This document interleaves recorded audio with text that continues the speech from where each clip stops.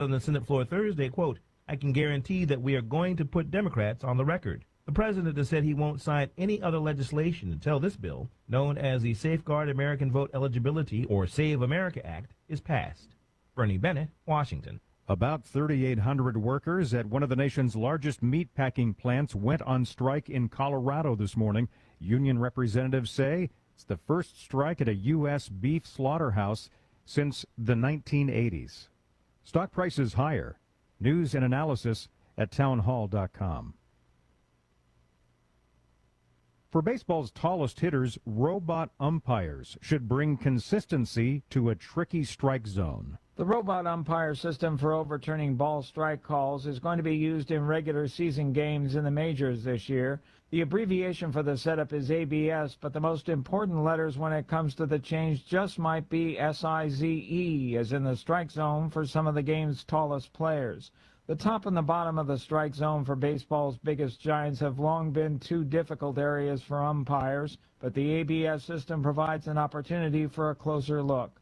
Keith Peters reporting. It's just about time for March Madness. In NCAA men's college basketball, Duke is the top overall seed, joined by Arizona, Michigan, and Florida, the other number ones. In the women's bracket, UConn is number one overall, joined by UCLA, Texas, and South Carolina. More at townhall.com. It's the Michael Patrick Leahy Show, broadcasting live from downtown Nashville. Now, here's Michael Patrick Leahy. Good morning, and welcome to the Michael Patrick Leahy Show. We are indeed broadcasting live from our studios in Nashville, Tennessee. It's Monday morning, March 16th, 2026. It's time for the Morning Rundown, which is brought to you every weekday at this time by our friends at the Glock Store. Glockstore.com, located just a few miles from the airport, right here in Nashville, Tennessee. So here we go. Here's the Morning Rundown for Monday, March 16th, 2026.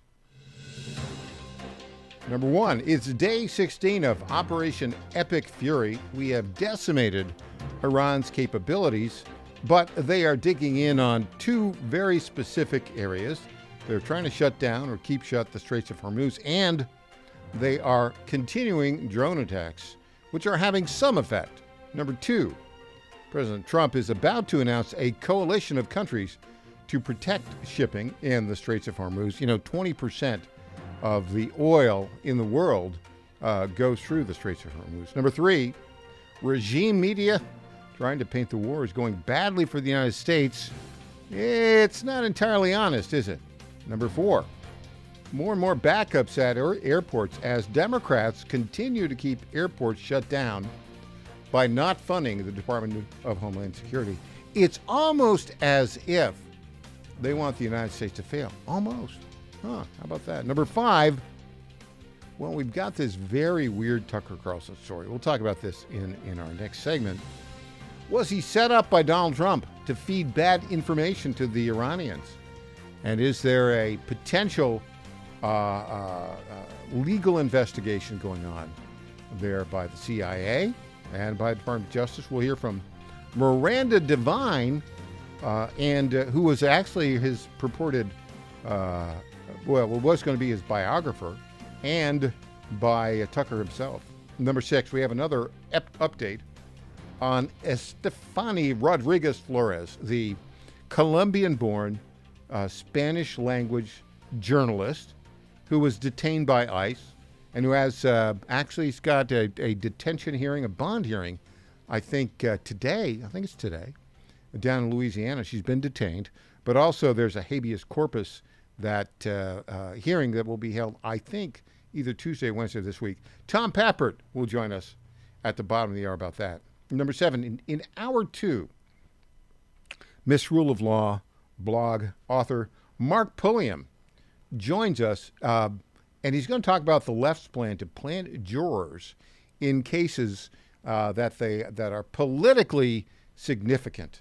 Yeah, it's sort of like that Grisham movie, Runaway Jury. We'll talk with Mark about that. There's more to talk about with him. And number eight, Tom Zawistowski joins us in hour three. We're going to talk about domestic politics, Iran, the SAVE Act, DHS, etc. So there you go. That is the morning rundown for Monday, March 16th, 2026. Oh, I forgot 9 and 10. Yeah, ready? 9, yesterday was the Ides of March. What is the Ides? It's the 15th. That was the day over 2,000 years ago that Julius Caesar was assassinated. And tomorrow, for all of you Irish Americans out there, like yours truly, Michael Patrick Leahy, tomorrow is St. Patrick's Day. So there you go. It's bigger. That's really an American day of celebration for Irish Americans. The Irish, not so much. We'll talk about that in hour 3. Okay, let's go now to our friends at the Glock store. You probably have heard about the latest Glocks, the Gen 6 Glocks. Well, Lenny McGill, the CEO and the founder of the Glock store, talks to me a lot about these things. He tells me the new Gen 6 Glocks have a new optic system, an RTF6 texturing, an enlarged beaver tail, a flat-face trigger, a trigger guard undercut, and an integrated thumb rest, also known as the gas pedal.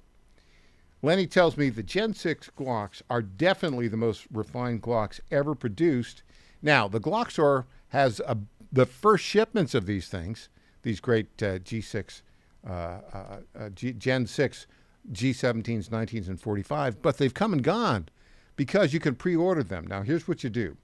If you pre-order them right now, and I think it's for a very limited time, you can get an extra magazine. Do these things. Number one, go to glockstore.com, click on the Gen 6 tab at the top of the website, place your pre-order for the Glock or Glocks of your choice. Now, because this is a limited time offer, and you want to get that extra $24 value of the magazines, in the notes section when you place your order, just put MPL Mag. MPL Mag. When they ship your new Glock to the FFL of your choice, or you pick it up at the Glock store retail showroom here in Nashville, the Glock store will throw in that extra magazine. Remember, limited time offer, and right now you got to put MPL Mag in the notes. MPL Mag. Visit glockstore.com today. I promise you'll be glad you did. Okay, let's go to what's going on in Iran right now. Kevin Hassett, economic advisor to the president, was on one of the Talking Head shows, and here's what he had to say. Clip 21. You just heard Iran's foreign minister saying Tehran has been approached by other countries about negotiating their way through the strait. If that kind of negotiation happens, are Americans just going to get cut out here? Well, first of all, you have to understand that America is not going to have its economy harmed by what the Iranians are doing. The bottom line is that in the 70s, we didn't produce much oil, but now we do. And so America's in a very strong position. They think that they're going to harm the U.S. economy and get President Trump to back down. There couldn't be anything that was a stupider thing to say, because the bottom line is that our economy has got all this momentum in the world, and we've got lots and lots of oil. We have lots of trading partners that are more on the hook from imported oil from these guys. And as we can see, it's completely unacceptable that a government that would, murder 40,000 of their people just a few months ago would be blackmailing countries to let stuff through. President Trump thinks that is unacceptable. And for the global economy, we need to fix it, and we're going to fix it fast. Okay, so last night, because Trump is the most accessible president in American history, now the audio is a little low, so we'll just play a little bit of this. But they talked to him on Air Force One as it was going from Mar-a-Lago to Washington, D.C. last night, and they asked him about what he's going to do about the Straits of Hormuz, which are largely blocked. There's few ships getting through right now, and that is impacting the price of oil temporarily. Listen closely. Here's President Trump last night on Air Force One. We're talking to countries about policing the straits because they are the ones, we don't get oil, very little, 1%, 2%. And China, as an example, gets about 90% of its oil from the Hormuz Strait. And it'd be nice to have other countries police that with us. Okay, so now what he's doing is, I think today there's going to be an announcement of a coalition of other countries that are going to open up the Straits of Hormuz. And this is breaking. Keir Starmer, the Prime Minister of the United Kingdom, apparently just a few hours ago said that the United Kingdom is going to join in that effort. Clip 22.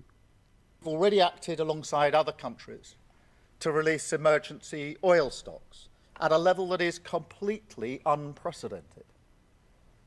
But ultimately, we have to reopen the Strait of Hormuz to ensure stability in the market. That is not a simple task.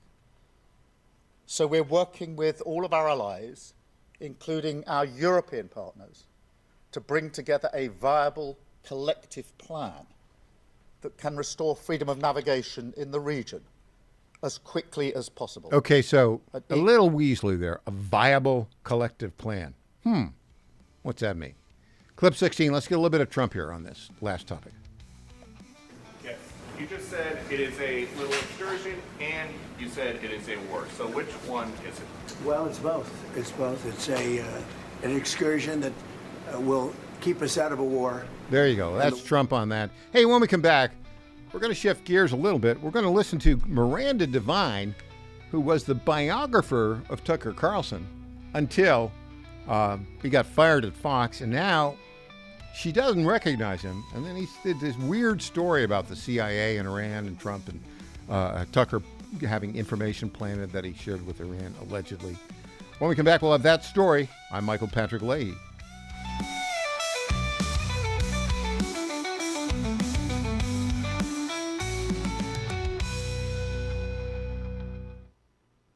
Now more than ever, it's imperative to support companies that share our conservative values. That's why I can't be more excited to tell you that I've switched my family to Patriot Mobile. Patriot Mobile is America's only Christian conservative wireless provider. When you switch to Patriot Mobile, you shift your support away from the leftist, woke, progressive agendas of Big Mobile. Patriot Mobile's wireless service works perfectly and seamlessly as you go about your lives with exceptional nationwide coverage that uses the same towers the main carriers use. Patriot Mobile donates a portion of every dollar earned to causes you care about, to organizations that fight for religious freedom, First and Second Amendments, sanctity of life, and the needs of veterans and first responders. Patriot Mobile has plans to fit any budget, along with great discounts for our veterans and first responder heroes, as well as multi-line users. Switching is easy. Just go to patriotmobile.com/Godzilla or call their U.S.-based customer service team, 972-PATRIOT. That's 972-728-7468. Use offer code Godzilla for free activation. The Trump administration has brought a lot of positive changes when it comes to fixing our broken healthcare system, but there is only so much the government can do. And if we really want to make America healthy again, that starts at home, and that's where the Wellness Company comes in. The Wellness Company allows you to make sure you're prepared for whatever happens with their prescription medical kits, which contain an assortment of life-saving medications and guidebooks to assist in the proper use of these medications. The Wellness Company also offers a variety of health products, from parasite cleanses to methylene blue to weight loss and so much more, helping you stay healthy and live a longer, better, healthier life. Make America healthy again. That starts at home. So do your part and protect the health of you and your family. All you have to do is go to twc.health/Godzilla today and order. That's twc.health/Godzilla. Use promo code Godzilla to save 10%. That's twc.health/Godzilla. If you owe back taxes, listen carefully to rule number 1. Never go up against the IRS alone. They're cracking down, freezing bank accounts, garnishing paychecks, canceling passports. Even your home or business could be at risk. But here's what they don't tell you. The IRS has powerful tax relief programs that could save you thousands if you qualify. That's why smart people call Optima Tax Relief, America's #1 tax resolution firm. Nobody knows these programs like the experts at Optima. Their team of tax attorneys and licensed professionals have resolved over $2 billion in tax debt for people just like you. The IRS is not stopping, so don't wait, and don't take them on alone. For tax help you need, for tax help you can trust, call Optima today for a free consultation. Call 800-780-3599. 800-780-3599. 800-780-3599. Optima Tax Relief. Some restrictions apply. For complete details, please visit OptimaTaxRelief.com. Congratulations to my friend Michael Patrick Leahy on 9 years of journalistic excellence. I'm Lenny McGill, owner and founder of the Glock Store here in Nashville, Tennessee, and a proud sponsor of Michael Patrick Leahy's Tennessee Star Network for over 5 years. When we started, he was on just one local station. Now, he's on 20 stations His motto, find the truth and report it. And as long as he sticks to that, we'll stick to being a sponsor. And next year, Michael, let's have a party for you right here at the Glock store. This is State Senator Mark Pouty. Government is limited to what it is supposed to do. One of the things that is critical that we're supposed to be working on is transportation. Here in Middle Tennessee, our roads need more help. As your state senator, we are focused on getting more money reoccurring without a new tax increase for our roads here in Tennessee. This is State Senator Mark Pouty. Paid for by Campaign for Mark Pouty, Christina Hibden, Treasurer. Welcome back to the Michael Patrick Leahy Show. Now, here's Michael Patrick Leahy. Well, this segment, it could be labeled by this category, what happened to Tucker Carlson? Okay, now Tucker, interesting background. I met Tucker once, briefly. He was very nice to me. This would be, when was this? Back in March, I think, of 2012. That'd be 14 years ago. Holy cow. I was appearing on the Lou Dobbs show, Fox Business News, promoting our book, A Covenant of Liberty, The Ideological Origins of the Tea Party Movement. You know, was on Fox and Friends with Steve Ducey for a while, all of like 3 minutes. I was on with Lou Dobbs, the late, great Lou Dobbs, and that was very good. And he had before me what he called the A-Team, which was Tucker Carlson and Monica Crowley. And they were both very gracious, very nice. Tucker is taller than you think. He's about 6 foot tall, maybe 6'1", very thin, and well-dressed, very gracious. That was 2012. Of course, he had an odd background, right? Kind of a preppy guy, odd parental situation, and had been, I think for a while, a talking head on MSNBC. He did the bow tie thing, right? Which is, by the way, never do a bow tie thing unless you're, I don't know. Who can pull off a bow tie? Very few people. You look like a goofball for the most part, right? But okay.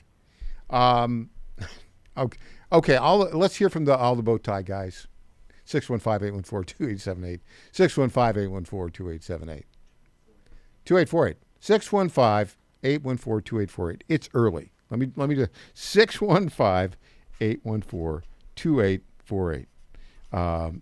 So, anyways, if you're a bow tie guy and you take offense, let us know. Now, so then he goes on to, they fire Bill O'Reilly, I think in 2017, because of allegations of sexual harassment, et cetera. Bill's still around, of course. You see him a lot. And Tucker comes on, and he's like gangbusters. Does great.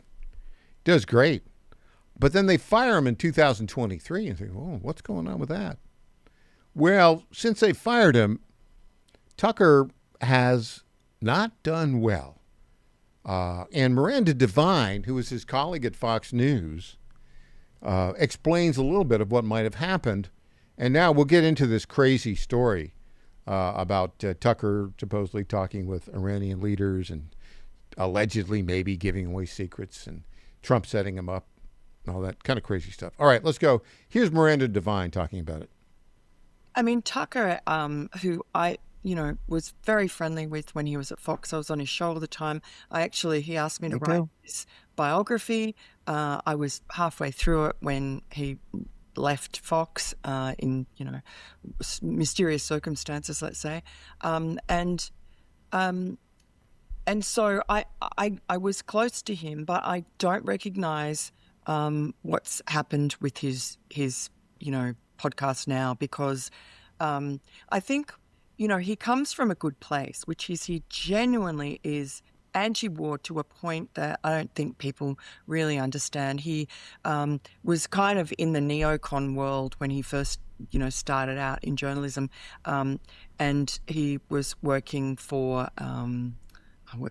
Bill Kristol, and he felt betrayed and used by Bill Kristol because, as I said, he's incredibly charismatic and great on air, and so he felt and he's a great writer. So he felt Bill Kristol used him to prosecute the Iraq War, which he now realized afterwards was a huge mistake. He had a friend die there, and he just beats himself up about it all the time. But I mean, he's not alone. I feel exactly the same way. I think a lot of us were hoodwinked into that, and therefore there's a whole generation of people, Pete Hegseth talks about it, who are very leery of war, very different from the people who tricked us into the Iraq War. So I think Tucker comes from a good place, an honest place. But what's happened, I think, was at Fox, he had an incredible crew around him. Like, he had Justin Wells, who was just, first among equals in terms of Fox talent, behind the scenes talent, could have run the place.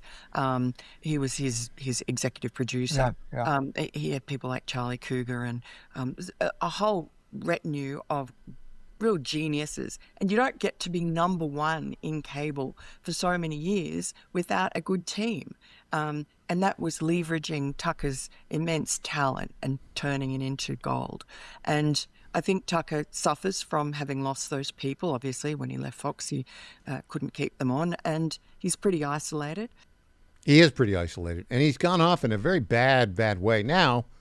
So here's Tucker talking about these reports that the CIA, there's a report, it's not been confirmed, the CIA is recommending that the Department of Justice begin prosecution of him on being a foreign agent. Now, that seems a little bit out there, but nonetheless, it's a rumor.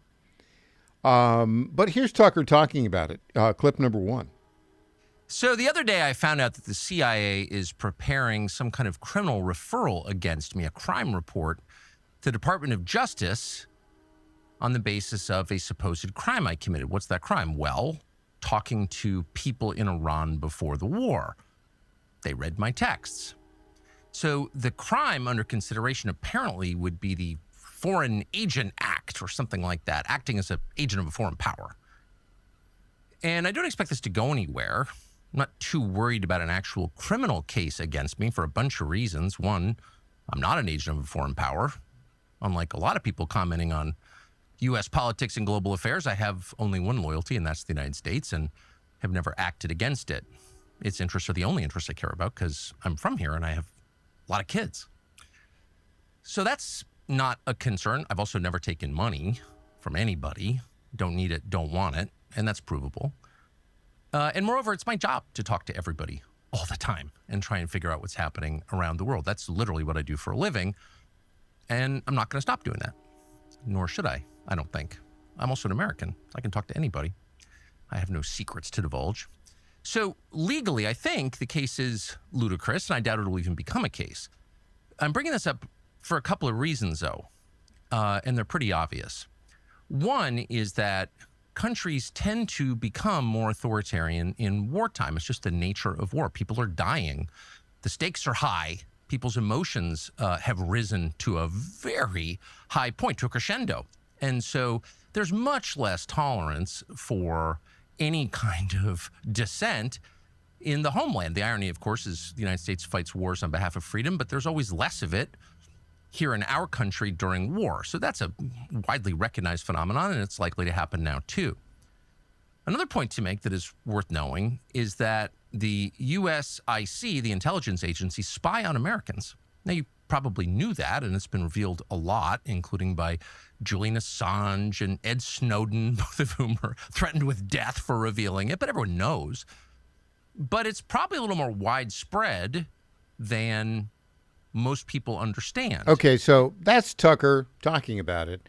There's a lot more to it than I think he's described. The allegation is that Donald Trump brought him in to the White House, right, and basically said, hey, we are going to, we're not going to bomb Iran. And the allegation is, this is an allegation, it's not me talking, it's just, it's out there, that somehow this information was communicated to the Iranians, and that was one of the reasons why they were not prepared for that attack that happened at 9 o'clock in the morning on a Saturday in Iran. That's the allegation. I don't know what's going to come of it, but I have to say, Tucker has a following of sorts, but it's an example of where a guy needs an editor, right? But he's a little bit too in love with his own words, and it is really his high level of isolationism, his weird interviews with Mike Huckabee, his anti-Israel stance, the way he's, reported on Christians in Israel. These are all areas that I don't have any personal experience with, right? I'm a domestic policy guy, right? I can talk a lot about domestic policy and what's going on in that area, but not so much foreign policy. But I think Tucker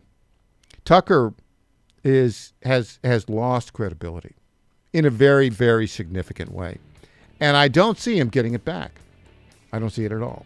All right, when we come back, we're going to turn the page, and we're going to talk a little bit about a couple of Tennessee stories with the great Tom Pappert. In particular, we're going to talk about what the latest news is on Estefany Rodriguez Flores, the journalist, the Spanish language journalist from Colombia, came here in 21, overstayed a visa, applied for asylum, was detained by ICE on March 4th. What's the truth of that? What's going to happen with her case? Back after this with Tom Pappert.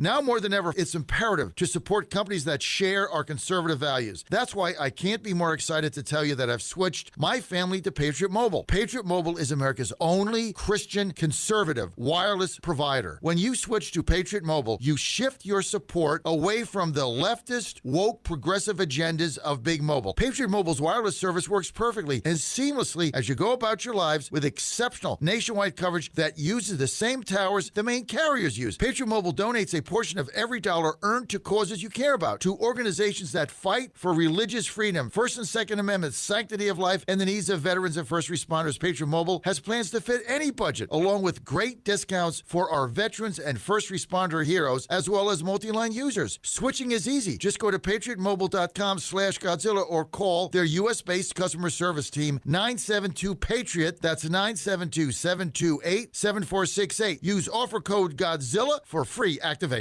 Washington is wasting $500 million every year on a federal supervision system that doesn't work. Probation officers are overwhelmed. Resources are going to people who pose zero threat, while actual dangerous individuals slip through the cracks. The Safer Supervision Act stops the waste and refocuses every dollar on protecting families from harm. President Trump's own pollster found about 80% of Trump voters want this fixed. It's time for Congress to get this done. Stop the waste. Protect our communities. Visit safersupervision.com. Paid for by the Reform Action Fund.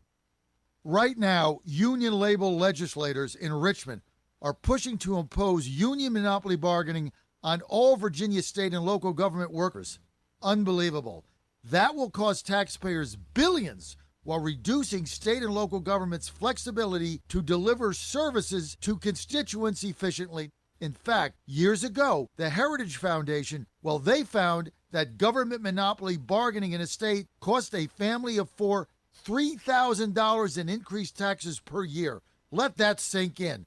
$3,000 a year. Tell your legislators and Governor Spanberger in Virginia to oppose union monopoly bargaining over state and local government workers. Protect yourself, protect your paycheck, protect your money. Sign the petition. Go to VirginiaRightToWork.com. That's VirginiaRightToWork.com. VirginiaRightToWork.com. VirginiaRightToWork.com. This message paid for by the National Right to Work Committee. End the madness.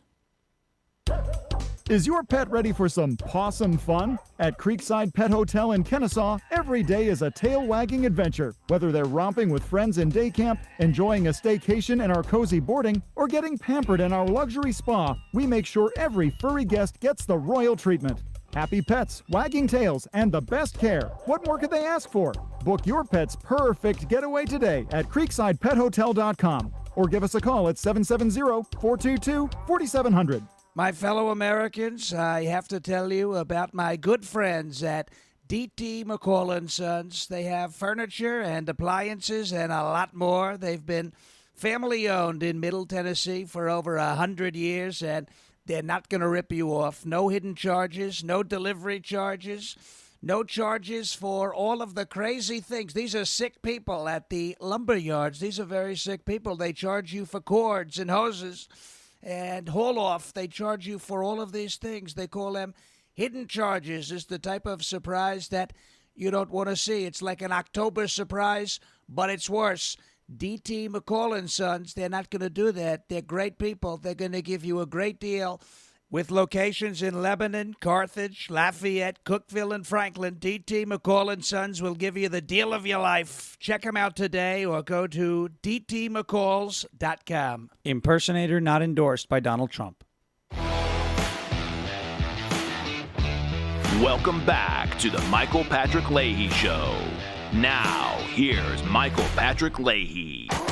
We are joined on our Zoom newsmaker line right now by our lead political reporter at the Tennessee Star and the Star News Network, the winner of the Dow Prize for Best Local Journalism in the country, along with yours truly and our executive editor, Christina Botteri, the one, the only Tom Pappert. Good morning, Tom.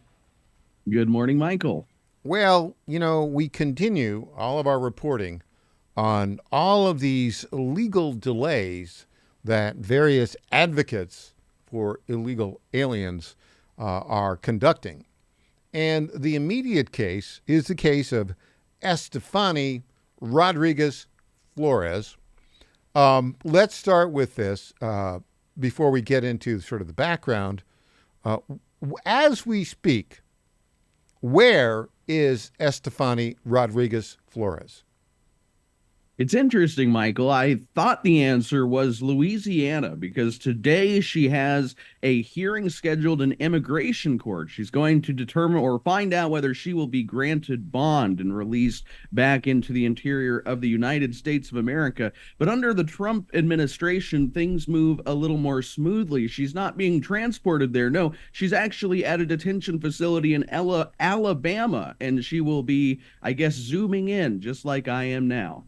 Yeah, that makes sense, doesn't it? Because, you know, you look at this, and just for all of our listeners, the way this works is if you are an illegal alien in the United States of America and you have received a notice to appear, that means you're about to go through a detention hearing, a deportation hearing. Tell our listeners in what kind of courts those hearings are held and where those courts are.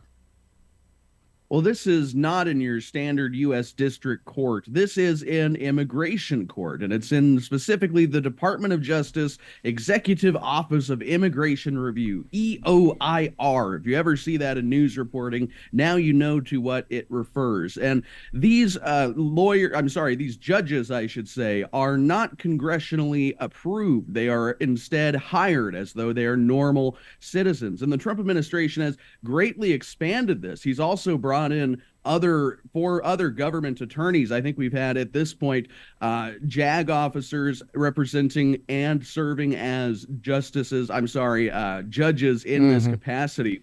So it's been a big effort by the Trump administration to make this smoother. And I think that's why after this person, Estefany Rodriguez Flores, was allegedly in the country for 5 years, why suddenly now, only after the big, beautiful bill passes and these changes have been made, the Trump administration is able to move so quickly. Yeah, just to go back a little bit, for those of you unfamiliar with the term, JAG equals Judge Advocate General. I think that's the right term, which is a legal officer in the military. So a JAG officer in Army, Air Force, Navy, Marines, Coast Guard, right, would be, and they've been deployed to be immigration judges. The problem has been the way it works is, and this is all settled law in the United States of America. In other words, the Supreme Court has multiple cases that says, yes, if you are an illegal alien and you have a deportation hearing, your due process involves a fair hearing before an immigration judge, that is one that is an employee of the Department of Justice. And now it's interesting because under the Biden administration, the number of asylum hearings and deportation hearings, the backlog became huge. I think it was like, 1.5 million for asylum hearings and like 4 million backlog of deportation hearings. And there's just a report now that the Trump administration added 42 new immigration judges with, quote, this is according to the Washington Examiner, Trump-aligned enforcement records. Tom, when we look at some of the decisions by these immigration judges in the Biden administration, you kind of wonder, how did they come to that decision? They seem to be very generous in allowing people to stay in the United States who maybe ought not to stay. Your thoughts on that? Well, generous not only in allowing them to stay, maybe deciding that they should get a withholding of removal order or something along those lines. But Michael, the Biden administration was doing something that is so hard to comprehend that I don't know if our listeners, I don't know if anybody in the greater Trump coalition understands this. When you entered the United States illegally under Biden, or in the case of Ms. Rodriguez-Flores, she overstayed a visa, you have 1 year to file your asylum petition. Then a court determines whether you are worthy of a hearing. You get the hearing. The judge hears whether you are, whatever your story may be, you feel afraid to go back to your home country and makes a decision. Well, typically, according to the letter of the law, during this process, a person is supposed to be detained because you don't know the facts of their case yet. They could be lying, or they could be a valid asylee, so we'll keep them somewhere safe and somewhere that we can keep track of them. Well, under Biden, they were issuing a form of voluntary parole. The government did not have to grant this parole. But if you came into the country illegally and requested asylum, they would parole these people into the interior of the United States. And that is exactly, as far as we can tell, what happened with this Colombian-born journalist arrested in Nashville. Granted parole in 2021, no hearing ever scheduled, even though she was authorized to receive one. And here we are 5 years later, the next administration has to clean it up. Yeah, so the Trump administration is basically trying to clear the backlog of asylum hearings and deportation hearings. And in this case, and we'll get into why this happened in the other litigation, we've got a separate line of litigation. She was detained. She missed 2 appointments with ICE. She knew that she would receive a notice to appear, which meant that the deportation hearings would begin. And they would hear, when a deportation hearing begins, they will hear an asylum request. If that request is denied, they also then have an opportunity to apply for, as Kilmar Abrego Garcia did, a withholding of removal, either on grounds that they'd be tortured by the government or they'd be persecuted. Well, in this particular instance, right now, she's been detained. She's in that jail or the detention center in Alabama. This morning, or sometime today, there will be apparently a Zoom hearing with an immigration judge, and her bond request to be released pending her asylum hearing is going on. How do you think that will play out, Tom Pappert? Well, under the Trump administration, these sort of bond releases have become, as I said, a lot more rare. Now, there are, of course, the typical bond considerations that will be at play. Is this person a risk to the public, a danger to the public, a flight risk? Is this person going to try to go home to Colombia or leave Nashville and not stay in touch with ICE? So I do think it's a little bit up in the air with the odds leaning toward continued detention. The government is fully within its right to request this. However, I do think it's also important to note that this is not the end of the fight for Estefany Rodriguez-Flores. In fact, in part, she's doing this because U.S. District Court Judge Eli Richardson, a Trump appointee, sort of signaled, well, where is your bond hearing? Where is your, you need to get these immigration court tasks out of the way before you can file in U.S. District Court. Yeah, no, I think that's exactly right. There will be a hearing tomorrow in District Court here in Middle Tennessee, federal district court, not an immigration court. And at that hearing, her attorneys have basically requested habeas corpus, that is, produce the body, that is, release her from jail. And I think he's going to say, well, let's see what the bond hearing on the asylum request is.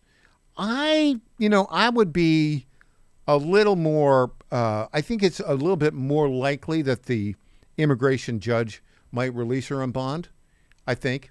Just because, unlike Kilmar Abrego Garcia, besides illegally entering the country in 2021, there's no allegation that she's committed any other crime, right? At least so far. She's not been charged with any other crime. And so it will be interesting to see. One possibility is they could, and these hearings, I think, are pretty quick. And I'm told that she might get her decision from the immigration judge, today or tomorrow. So it could well be, if the immigration grants her bond hearing, it could well be that, even later today or tomorrow, she could be released. On the other hand, you can see the argument that the government might make is that, look, we don't know exactly what's going on with her, but she has evaded 2 appointments when she knew she would get a notice to appear. Your thoughts on that, Tom Pappert? Well, and beyond that, Michael, the black and white letter of the law says that somebody in her position, somebody who has a pending asylum hearing or a pending asylum case, but is otherwise in active deportation proceedings, the government can detain that person until their immigration proceedings are complete. That is their right. So she is essentially benefited. She's a very lucky lady that for 5 years, thanks to Joe Biden, she was able to live as though she were a U.S. citizen in Nashville and work and do everything, and she even got a work permit. But the fact of the matter is Trump is in power now, and they're going to try to change this. Perhaps she will get lucky with a immigration judge who is sympathetic, but I do think it's still up in the air. So how will the politics of this play out? Let's say her bond hearing is denied, which I think you're probably right. I think it's better than even chances her bond hearing will be denied. The brouhaha, the attempt to make this a national case will be great, but I think they are not on strong grounds. Your thoughts, Tom? Well, that's right, Michael. And I also think, and we've already started to see this in my opinion, I think the more information that comes out about this case and the more informed voices start to speak about it, the harder it's going to be for our national media and even the panoptic media in Nashville to just run with this story the way we saw in the first 48 hours when they were quoting the defense attorney, the immigration attorney in this case, as though he were a font of wisdom and virtue, and without even double checking or fact checking, which we've done, by the way, in my opinion. Yeah, and Tom, I think the federal judge, if she's denied bond in the immigration hearing and the asylum hearing, I don't think the federal judge will grant her habeas corpus, but we'll see. All right, Tom, when we come back, lots of Tennessee stuff to talk about. The Tennessee General Assembly not messing around on illegal immigration. Back with Tom Pappert after this.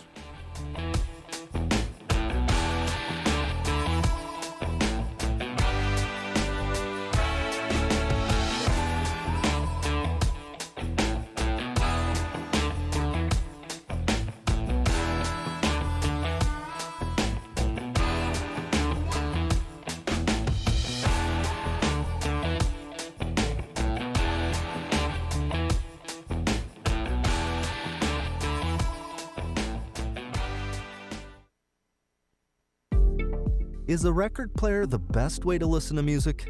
Of course not. So why are you still taking vitamins in pill form that haven't been upgraded since the 1930s? Even if you don't have trouble swallowing, most vitamins in pill form can't be absorbed very well. It's time to upgrade to the pill-free future of vitamins.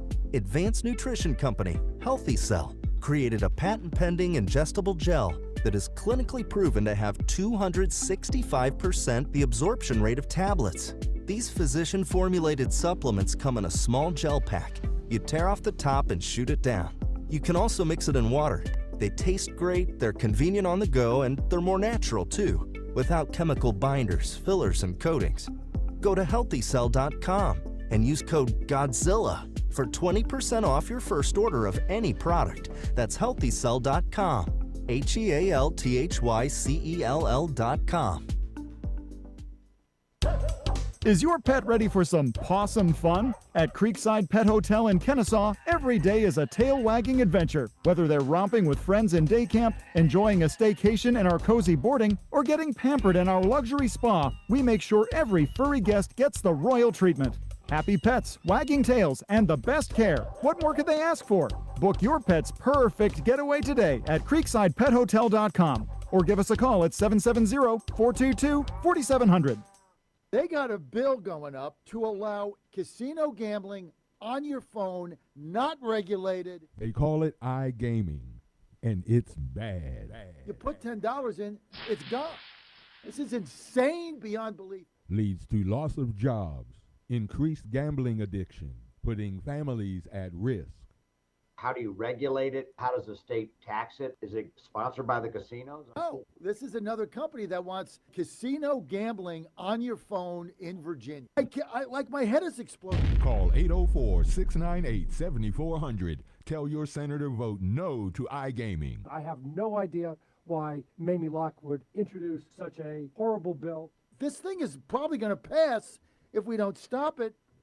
Like my head is exploding. Call 804-698-7400. Tell your senator vote no to iGaming. It's bad. Message paid for by the National Association Against iGaming. All right, folks, I need you to do something right now. Go to johnfredericksradio.com and take our brand new 2028 Republican presidential straw poll. Who do you want leading the ticket? Don't let the elites decide. Make your voice heard. While you're there, weigh in on two huge issues: eminent domain reform and President Trump's tariff policies. Are they protecting American workers or hurting growth? This is your movement, your vote, your voice, your choice. Go to johnfredericksradio.com right now and take the poll. Congratulations to my friend Michael Patrick Leahy on 9 years of journalistic excellence. I'm Lenny McGill, owner and founder of the Glock Store here in Nashville, Tennessee, and a proud sponsor of Michael Patrick Leahy's Tennessee Star Network for over 5 years. When we started, he was on just one local station. Now, he's on 20 stations. His motto, find the truth and report it. And as long as he sticks to that, we'll stick to being a sponsor. And next year, Michael, let's have a party for you right here at the Glock Store. This is State Senator Mark Pody. Government is limited to what it is supposed to do. One of the things that is critical that we're supposed to be working on is transportation. Here in Middle Tennessee, our roads need more help. As your state senator, we are focused on getting more money reoccurring without a new tax increase for our roads here in Tennessee. This is State Senator Mark Pody. Paid for by Campaign for Mark Pody, Christina Hibden, Treasurer. Welcome back to the Michael Patrick Leahy Show. Now, here's Michael Patrick Leahy. Welcome back. We're talking with the great Tom Pappard. Tom, you have a breaking story. It's at the Tennessee Star, TennesseeStar.com. It's about the Tennessee General Assembly leading the way in stopping illegal immigration. Tell us about the bill, where it is in the state Senate, likelihood of passing the state House, and whether or not the governor will sign it. Michael, this is part of the Tennessee legislative package introduced in January aimed at making the volunteer state into a national model, completely and 100% in line with President Donald Trump's immigration agenda. So with that said, I think this has a good likelihood of being passed or being signed by the governor. We're talking, of course, about Senate Bill 1464. It passed last week. This legislation makes it a Class E felony to intentionally release the private information of an immigration officer. That could be ICE, DHS, CBP, etc. And this specifically would make it a felony, Class E felony, very low level, but still something that nobody wants to deal with if they were to release the, say, name of an ICE officer or immigration officer during an active investigation in Metro Nashville. I say this because that is, of course, precisely what happened last year. A Nashville data portal created by the mayor's office released the name of an ICE officer, and I think one or two more who were involved in that joint operation with Tennessee Highway Patrol. Almost 200 were detained in just a few days. So this legislation passed the Senate last week. It's currently scheduled for discussion in the House in a subcommittee today. In the next few hours, we will find out if it will advance. I think, Michael, that the Tennessee General Assembly is sending a message to both Tennessee's biggest blue city, but also the rest of them throughout the state, and indeed to other state legislatures throughout the country, that you do have an option. You do not have to sit by while your left-wing blue dots in your red state make the lives of immigration officers miserable. No, you can fight back with legislation. There are, by the way, of course, all of the usual exemptions. If there is misconduct, once the operation is complete, so long as no addresses, etc., are released, there is absolutely a way, though, to thread this needle of ensuring safety for federal immigration officers while keeping the public's right to know intact. Has the mayor of Nashville, Fidel Freddie Antoinette, some people call him Freddie O'Connell, but I think he's more aptly described as Fidel Freddie Antoinette, let them eat cake when it comes to quadrupling property taxes for small businesses in downtown Nashville. Has he commented publicly about this particular bill? No, Michael, it's interesting. He has not. And if you think back to that joint operation last year, it's hard to believe it's almost been a year with all the headlines that were generated. The mayor seemed embarrassed. He blamed a previous administration for the executive order that authorized the online database. And the last I checked a few months ago, they have not been updating this. So again, this is the power of a Republican General Assembly that is not afraid to act, that doesn't sit on their hands. Just the mere idea of this legislation, it seems to me, has compelled the leftist Democrats in Nashville to just abandon the entire project. Oh my goodness. Yeah. Well, that is interesting. And so when would this bill go into effect?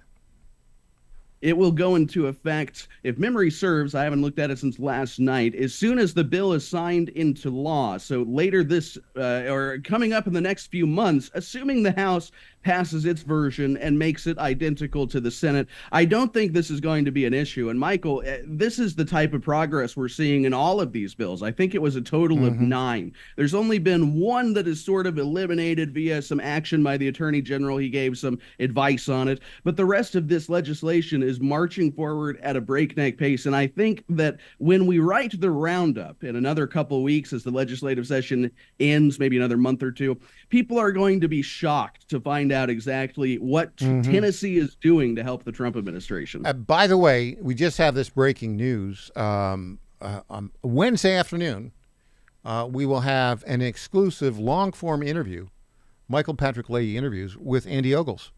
Because, you know, we're doing the show here 9 to noon Central Time, 10 to 1 Eastern Time. But now we're adding Michael Patrick Leahy interviews, which is long-form interviews with key people. We're doing one with James Rosen, one with Randy Barnett. And now, on Wednesday, we're going to be talking with Andy Ogles. We're going to ask him about his bill to completely change immigration law in America. You know, it's interesting. We'll close on this. A lot of people are whining and complaining about his statement that Muslims do not belong in American society. We'll talk more about that. You know what I'm going to ask him? I'm going to ask him, what's the tipping point? What's the tipping point for the Muslim population in a country where past that point, individual liberties of the rest of the population start to be declined? We got 30 seconds. What else would you have me ask Andy Ogles? Oh, that is such a fantastic question. I would ask him, because his legislation is very good. It's very comprehensive, what we know about it so far. Under it, though, it does not specifically say no Muslims. So if there is a Muslim of good character, say that Kuwaiti who rescued the American pilot, would that guy be allowed in? Exactly. Good point. Tom Pappert, thanks for joining us. Great reporting as always. Hey, up next, the one, the only Mark Pulliam, legal expert, author of Misrule of Law. Well, oh my gosh. Did you see the movie Runaway Jury? Yeah, it's going to be for real right now. Have they been talking to John Grisham? Taking notes? Back with Mark Pulliam after this.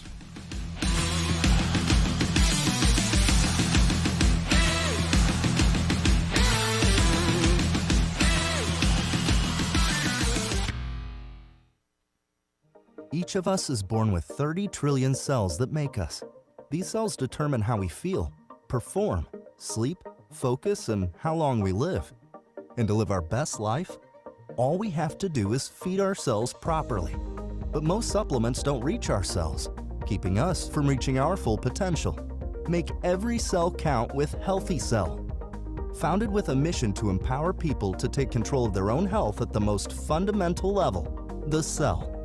Dr. Vincent Gempapa, world-renowned cell researcher and medical doctor, created supplements that work at the cellular level to support immune health, better sleep, sharper focus, and healthy aging.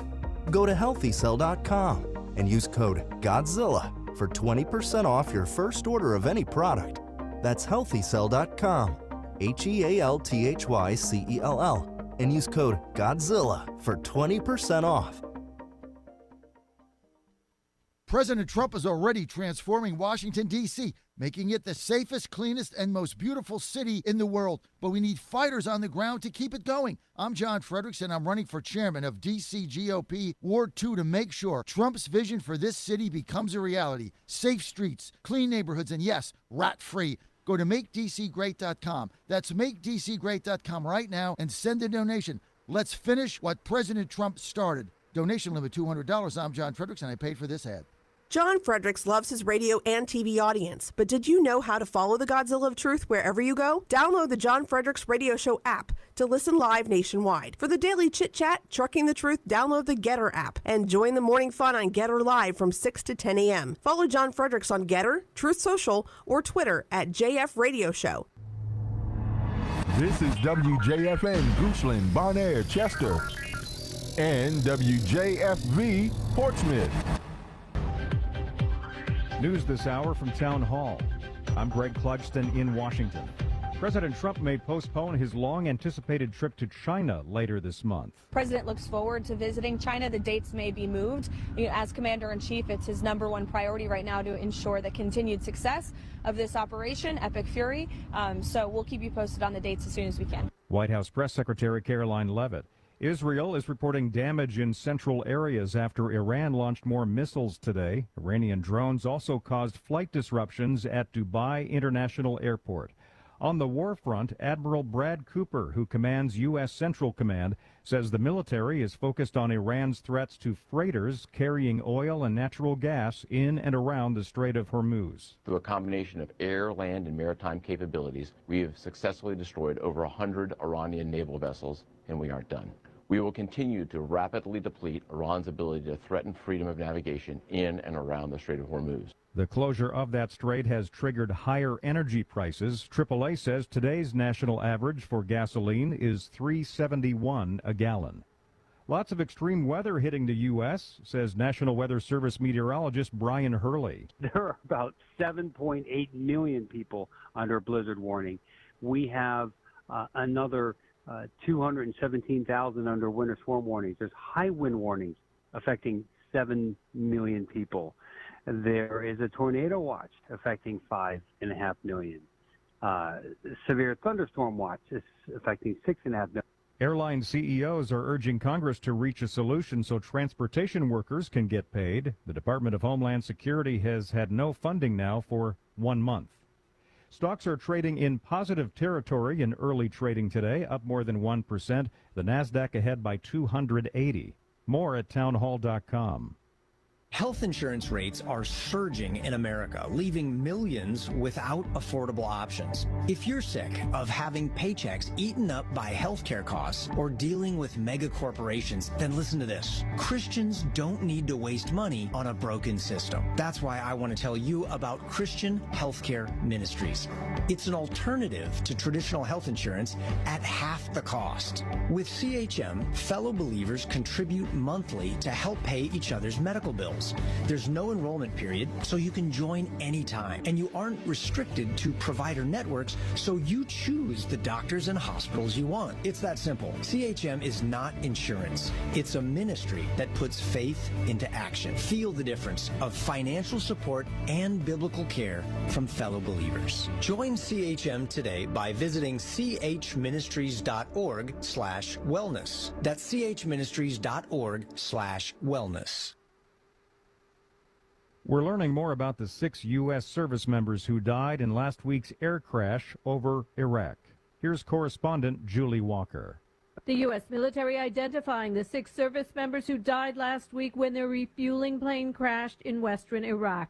They were tied to the National Guard and Air Force units in Alabama, Florida, and Ohio. Sergeant Ashley Pruitt from Kentucky was a mom of 2. Major Alex Klinner from Alabama had 7-month-old twins and a 2-year-old. Captain Ariana Savino was a pilot from Washington State. Captain Seth Koval was from Indiana. Captain Curtis Danks and Sergeant Tyler Simmons were both from Ohio.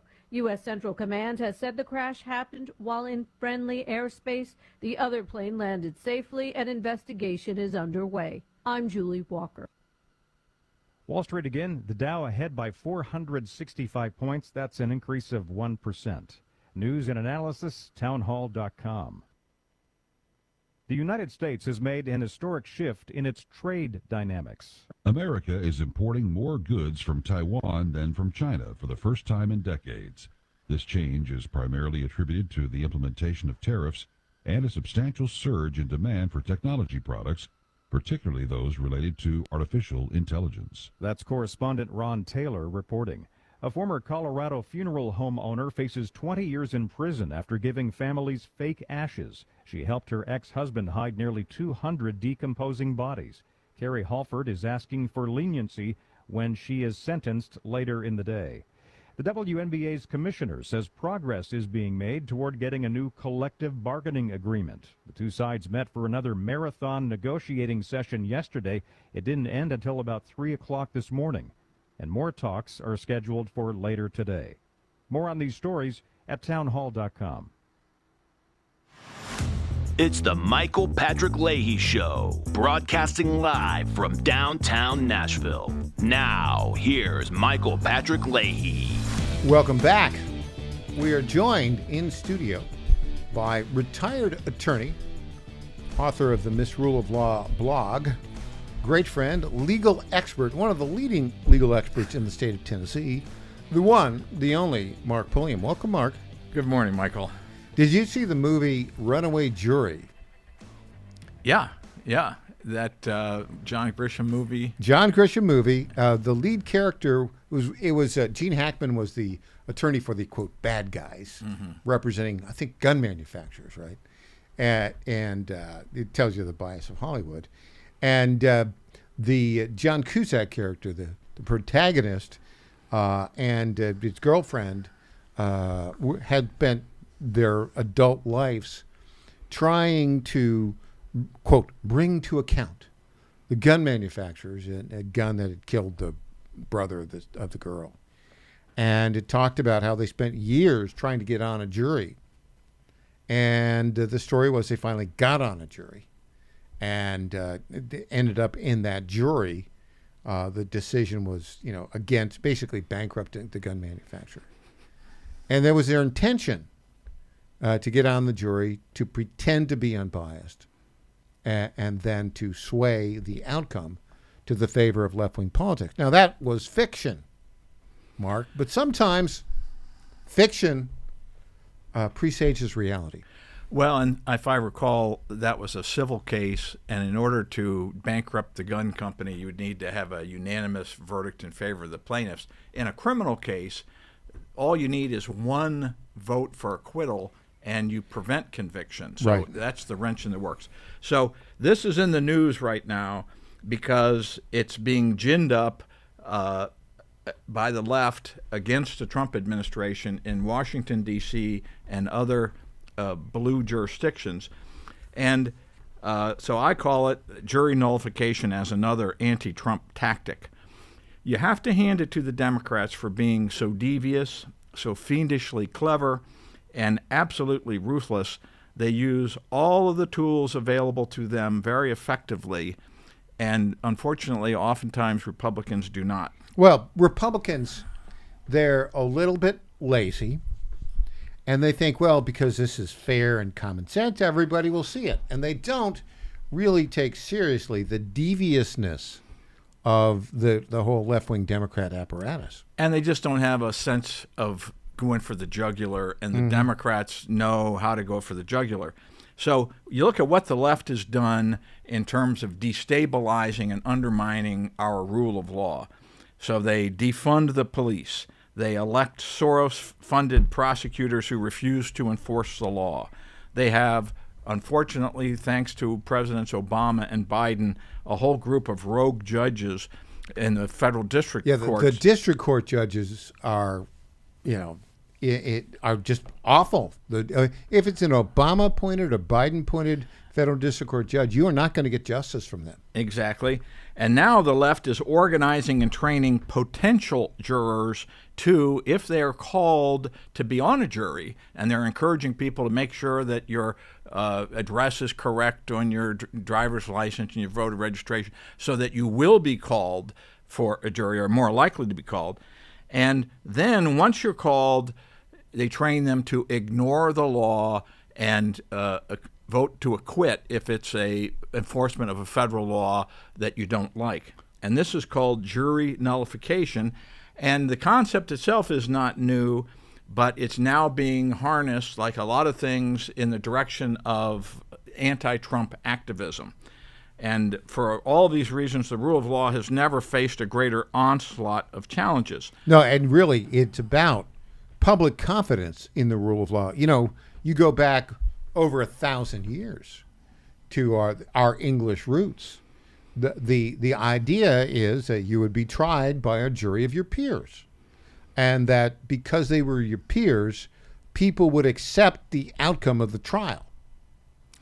Yeah, and unlike our roots in England, we are a democracy here. All of our laws are democratically enacted, and so this concept that is now being used by George Soros-funded organizations is to basically encourage people to infiltrate juries. Now, once you are in a jury pool and you're being called up as potentially to sit in a case, the lawyers and the judge conduct what's called voir dire, and they will ask you, do you have any biases, this or that? Will you, uphold the jury instructions that I give you? And you're supposed to say yes, yes, yes, and so they're trying to get an impartial jury. Get an impartial jury that will follow the law as it is as they are instructed. By the way, I have a little piece of Tennessee legal trivia for you. I learned this in civil procedure last Thursday. Do you know how they pronounce that in Tennessee? Voir dire. Voir dire. Voir dire.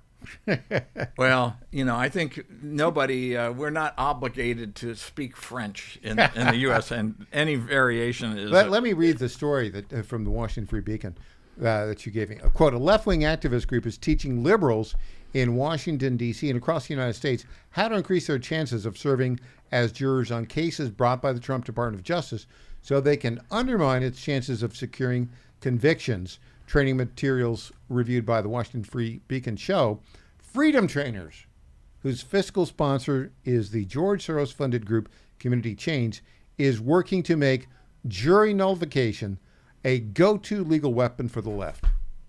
Yeah. And so this is not a new concept. In the past, jury nullification has been promoted by right-wing militia-type groups, such as the Fully Informed Jury Association, which used to be based in Montana. Now I think it's based in Tucson, Arizona. And this group used to pass out pamphlets in front of the courthouse telling people that, hey, you have the right to vote your conscience if you're called for a jury. And the courts, very much, they wanted to prevent this. They banned passing out pamphlets in front of the courthouse. And but the fact that they're now doing this in Washington, D.C., and the same concept applies if you are called to be on a grand jury or a so-called petite jury, which is... A petite jury is what most people think of as the trial jury. Trial jury. 6 to 12 people, typically. The grand jury is, well, the district attorney, the U.S. attorney, will present a bill of indictment to the grand jury, which will issue the indictment. The old saying was a grand jury can indict a ham sandwich if presented that by the district attorney. Not so much these days. Well, and Jeanine Pirro has been having problems as the U.S. attorney in the District of Columbia. She had trouble getting somebody indicted for throwing a ham sandwich. And then once she got the indictment, she couldn't get a conviction because jurors, maybe because of this jury nullification move, refused to convict. And a nice turn of phrase, by the way. Well, thank you. So, ironically, and I've been writing about this for 30 years, I'm embarrassed to say, that... you started when you were a teenager. I must have. But that jury nullification was originally celebrated by libertarians, including Ron Paul, these anti-criminal law people like at the Cato Institute, and even libertarian-style law professors such as Glenn Reynolds and Ilya Somin have supported jury nullification. And their approach is that this is like a check on excessive government power. Gives citizen populace a right to decide what's the conscience of the community. But unfortunately, the conscience of the community is supposed to be our legislature. And this is why we elect people to the legislature, and they pass laws. And we expect that the laws that we pass will be enforced. And when you have a transitory group of 12 people basically deciding whether they agree or disagree with the legislature, it's no different than a vigilante mob deciding we're going to take the law into our own hands and decide who's guilty and who's not guilty. When we come back, Mark, bar wars. Yeah, we're not talking about going to your neighborhood bar. We're talking about bar association wars. Yep. Back with Mark Pulliam after this.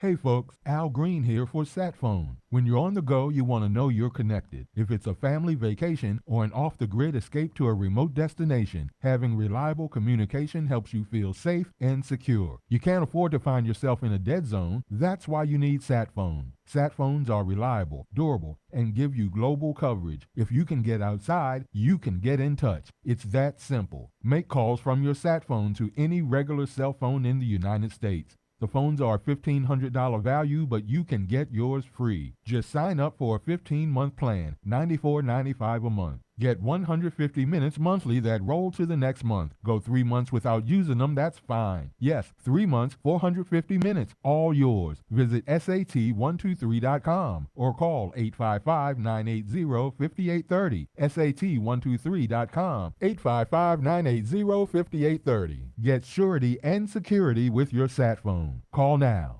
Washington is wasting $500 million every year on a federal supervision system that doesn't work. Probation officers are overwhelmed. Resources are going to people who pose zero threat, while actual dangerous individuals slip through the cracks. The Safer Supervision Act stops the waste and refocuses every dollar on protecting families from harm. President Trump's own pollster found about 80% of Trump voters want this fixed. It's time for Congress to get this done. Stop the waste. Protect our communities. Visit safersupervision.com. Paid for by the Reform Action Fund.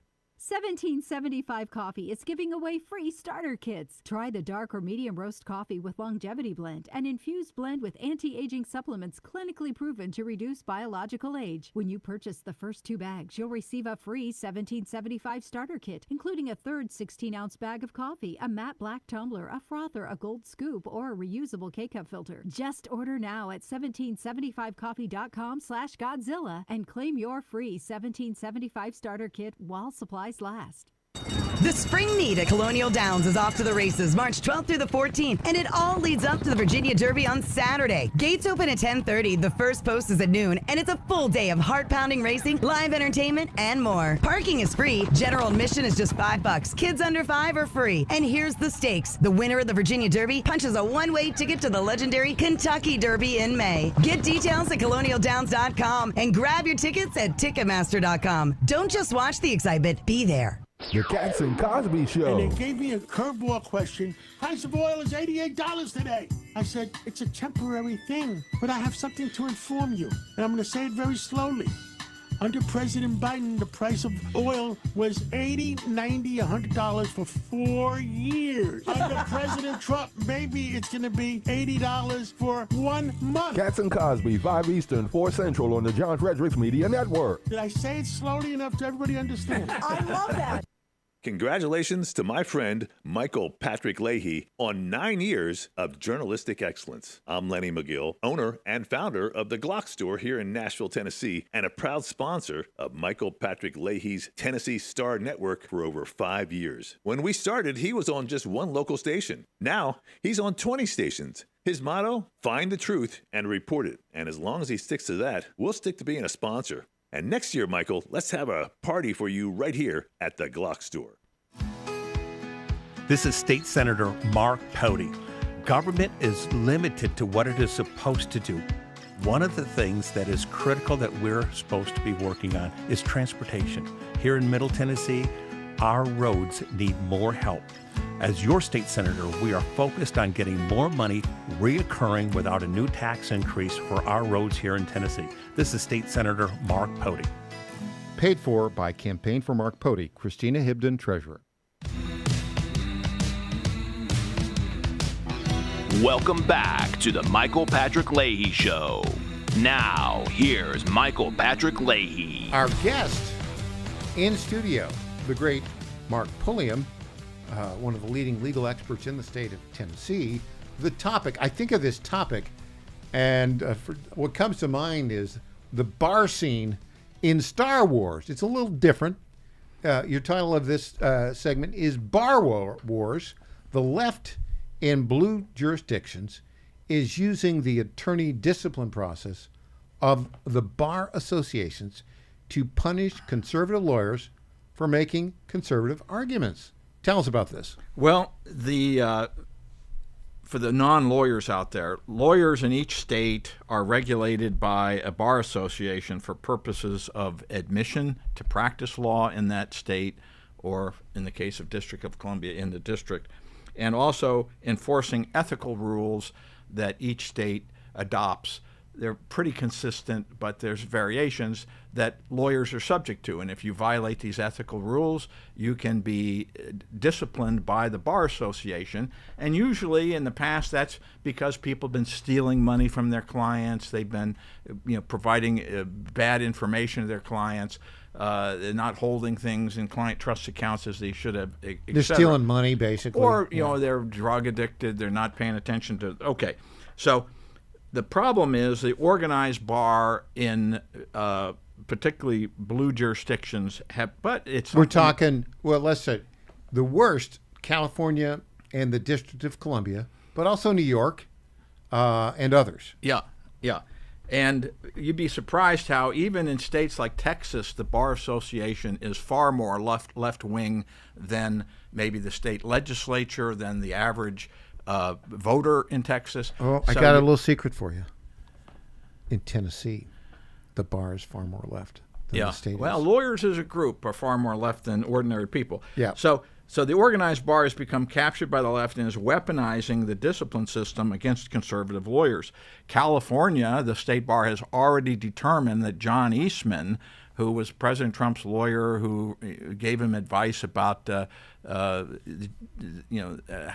electoral votes should be counted and when and by whom in 2020, he's already been determined that he should be disbarred, and he's appealing that to the California Supreme Court. And by the way, we at the Tennessee Star and the Star News Network covered every day of that trial and they do it a little differently in California. The bar trials, they have a separate judicial court that deals with bar trials. And we watched it, and it was like, this person has no interest in justice. You had an excellent reporter. Rachel Alexander covered that. Yeah, and she knew what to look for. So they're on their way to disbarring John Eastman absent judicial intervention, but that's just the tip of the iceberg.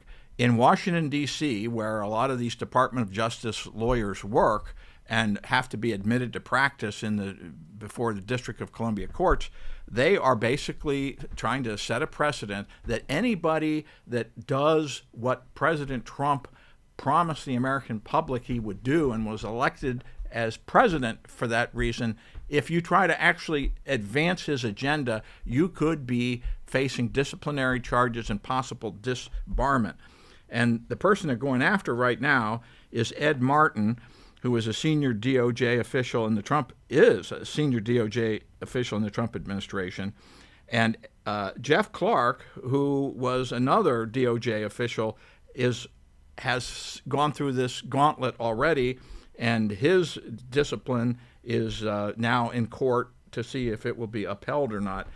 And so this is the Federalist telling the story that the D.C. Board of Professional Responsibility, which is the D.C. Bar, alleges that while serving as acting U.S. Attorney for D.C. last year, Ed Martin, a conservative stalwart long loathed by the left, violated local rules of legal conduct in probing Georgetown Law School for its alleged continued promotion of DEI in its curriculum and refusing to hire those affiliated with the school. Well, hold on. What's wrong with that? Well, there's nothing wrong with that. That's what we have executive orders that say that schools receiving federal funds shouldn't be doing this. Now, Politico, which is a left-wing... hold it. German-owned Politico. Go ahead. Okay, but they're at least honest in their reporting. So they say Martin, a senior Trump administration official, is facing the ire of the Washington, D.C. Bar, quote, for his role in President Trump's push to end diversity, equity, and inclusion. So they make it clear that this is not a ethical matter. This is a political matter, that Martin was simply carrying out the agenda of a duly elected president. And when you punish individual lawyers for doing their jobs to maintain, that's undermining the rule of law, and it's inserting the organized bar into political disputes in favor of one party and against another. And the disciplinary counsel, who's the prosecutor of these ethics charges, is a guy named Hamilton Fox in D.C., and Fox previously donated thousands of dollars to Obama's first presidential campaign in 2008. So in other words, these are not neutral people. No, not at all. They're political hacks, they're partisan hacks, and they have an agenda.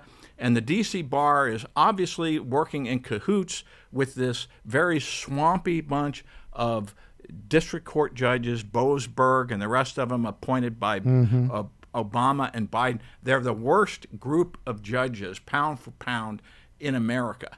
And well, they're undermining the rule of law intentionally. Yeah. Now, the good news is the Department of Justice, because they realize this is basically a mortal threat to its entire mission, if the D.C. Bar could retaliate. Well, the other reason is, I mean, the Department of Justice is in D.C. Yeah. Right? And then challenges to administrative actions by every agency happen in the District of Columbia. Yeah, so you'd be kneecapping the Trump administration if the D.C. Bar was able to get away As with this. if that might just be a plan. Well, that is the plan. So they are mounting a counterattack, and they've proposed a rule that would provide DOJ lawyers, past and present, with certain protections. And so if a third party, and all these bar complaints, these ethics complaints have to be filed by somebody, that if somebody files a complaint of ethical violation against a DOJ lawyer while conducting federal work, then that has to be screened first by the DOJ to see if they agree with it or not. And if they disagree with it, they basically take it away from the state, in this case the D.C. Bar, and say, you have to basically demonstrate to us that there's something here other than a complete political agenda. And that this could, we hope, deter politically driven complaints and fishing expeditions. It's not a perfect solution. You know, the only way that you can turn this around is reform the bar associations themselves, put better decision makers in. Bar associations become very political. In Texas, a group of plaintiffs, myself included, sued the Texas State Bar because mandatory bar dues that all practicing lawyers have to pay were being used for political purposes. And we got the Fifth Circuit to agree that certain things the State Bar was doing were political and that they could not use mandatory dues for that reason. I think you can make a good case that because membership in the state bar is mandatory, it's a government required thing, that these bar associations should not be permitted to take any political positions. They should be neutral. Yeah. I would like to see the day. Of course, this is selfish, right? Because, in my case, doing the night law school thing, I'm going to have to take the bar, which I'm not looking forward to, by the way. But then, be regulated by the Tennessee Bar Association, which is, not as bad as Texas, not as bad as, shall we say, California and New York. But, they do this annual journalism award. They didn't even nominate us for all of our work we've done to Kilmar, Braco, Garcia, because they're biased. Yeah. Or the coverage of John Eastman, for that matter. Yeah. So this is an illustration of the long march through the institutions, and this is what the left has been planning since the 60s, and they have largely succeeded. And it's kind of scary when you stand back and see the universities, Hollywood, the organized bar, K through 12 education is now all arms of the left, weapons of the left, and they once they have the power, they will use the power with no compunction for justice for people on the other side.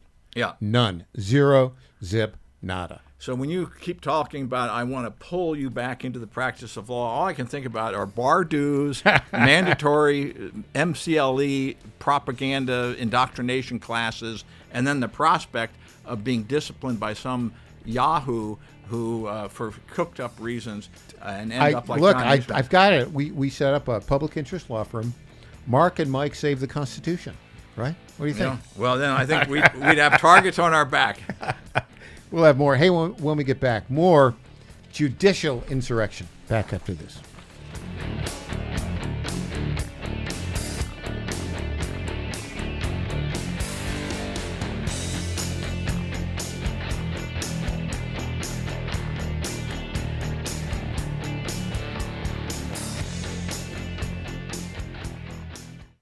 Folks, this is Crom Carmichael, CEO of Solti. I have recently turned 77 years old. I do not take prescription drugs. I have not had to take prescription drugs, and I attribute a lot of my good health to a product that I've been taking, which is the active ingredient in Solti. It's a 22% concentration of theaflavin.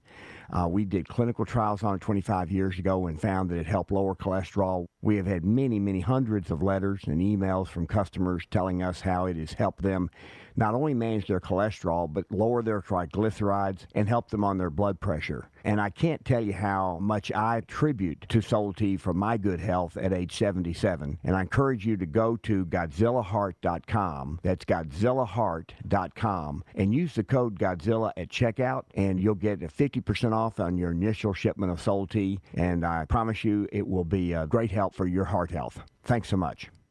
President Trump is already transforming Washington, D.C., making it the safest, cleanest, and most beautiful city in the world. But we need fighters on the ground to keep it going. I'm John Fredericks, and I'm running for chairman of D.C. GOP Ward 2 to make sure Trump's vision for this city becomes a reality. Safe streets, clean neighborhoods, and yes, rat-free. Go to MakeDCGreat.com. That's MakeDCGreat.com right now and send a donation. Let's finish what President Trump started. Donation limit $200. I'm John Fredericks, and I paid for this ad. Lifestyles Unlimited is a real estate education group that gives you the roadmap and resources to start building income through real estate. You'll learn practical strategies for using investment properties to create extra income and make informed decisions, one step at a time. Join today for just $297. That's a 60% savings off the regular price of our real estate education program. Text radio to 88007. That's RADIO to 88007. Presented by Lifestyles Unlimited. Did you ever stop and think, why do the wealthy pay less taxes than we do? One reason, they take full advantage of the IRS tax code. Today's tax code is over 2 million pages. Who can read that? Remember the 2016 debate with Hillary Clinton? When asked why he doesn't pay more taxes, President Trump had the perfect answer. He said, if you don't like the current tax code, change it. I follow the very laws that you wrote. That's where Julio Gonzalez and his company, Tax Engineered Services, comes in. Julio's team looks at your taxes after they're done, but before you file them with the IRS. He doesn't get between you and your accountant. He reviews your taxes, makes his recommendations, and only gets 5 to 10% of what he saved you. No money up front, no cost. It's tax literacy for MAGA. He also sees what grants you may qualify for. For more information, text ETS to the number 26786. That's ETS to 26786. Text now. My fellow Americans, I was this close, very close, to buying from the lumber yards. These are sick people. But I turned my head at the last second, and I saw a big, beautiful ad for D.T. McCall's. These are highly respected people. If I had not turned my head at the last second, I would have been ripped off at some lumber yard for $200 in hidden charges, and D.T. McCall & Sons are never going to do that. They'd never do that to you. These are great people. I've known them for a long time. They have great deals, and I just have to say, nobody knows deals like I do. D.T. McCall & Sons has locations in Lebanon, Carthage, Lafayette, Cookeville, and Franklin, and they have been family-owned in Middle Tennessee for over 100 years. These are tremendous people. D.T. McCall & Sons. Check out one of their stores today. Impersonator not endorsed by Donald Trump. Welcome back to the Michael Patrick Leahy Show. Now, here's Michael Patrick Leahy. Welcome back. In studio, one of the leading legal experts in the state of Tennessee, our good friend Mark Pulliam, author of the blog Misrule of Law. Every Monday at this time, for a full hour, we look at all the problems in the legal world and how it's crossing over and, potentially threatening our constitutional republic. It seems like every time you're here, every week, we talk about the latest in judicial insurrection. And one of the places we talk about almost every week is Minneapolis, Minnesota, because it's a hotbed. They've got a lot of Biden and Obama appointed judges there, and the whole state is a sanctuary state.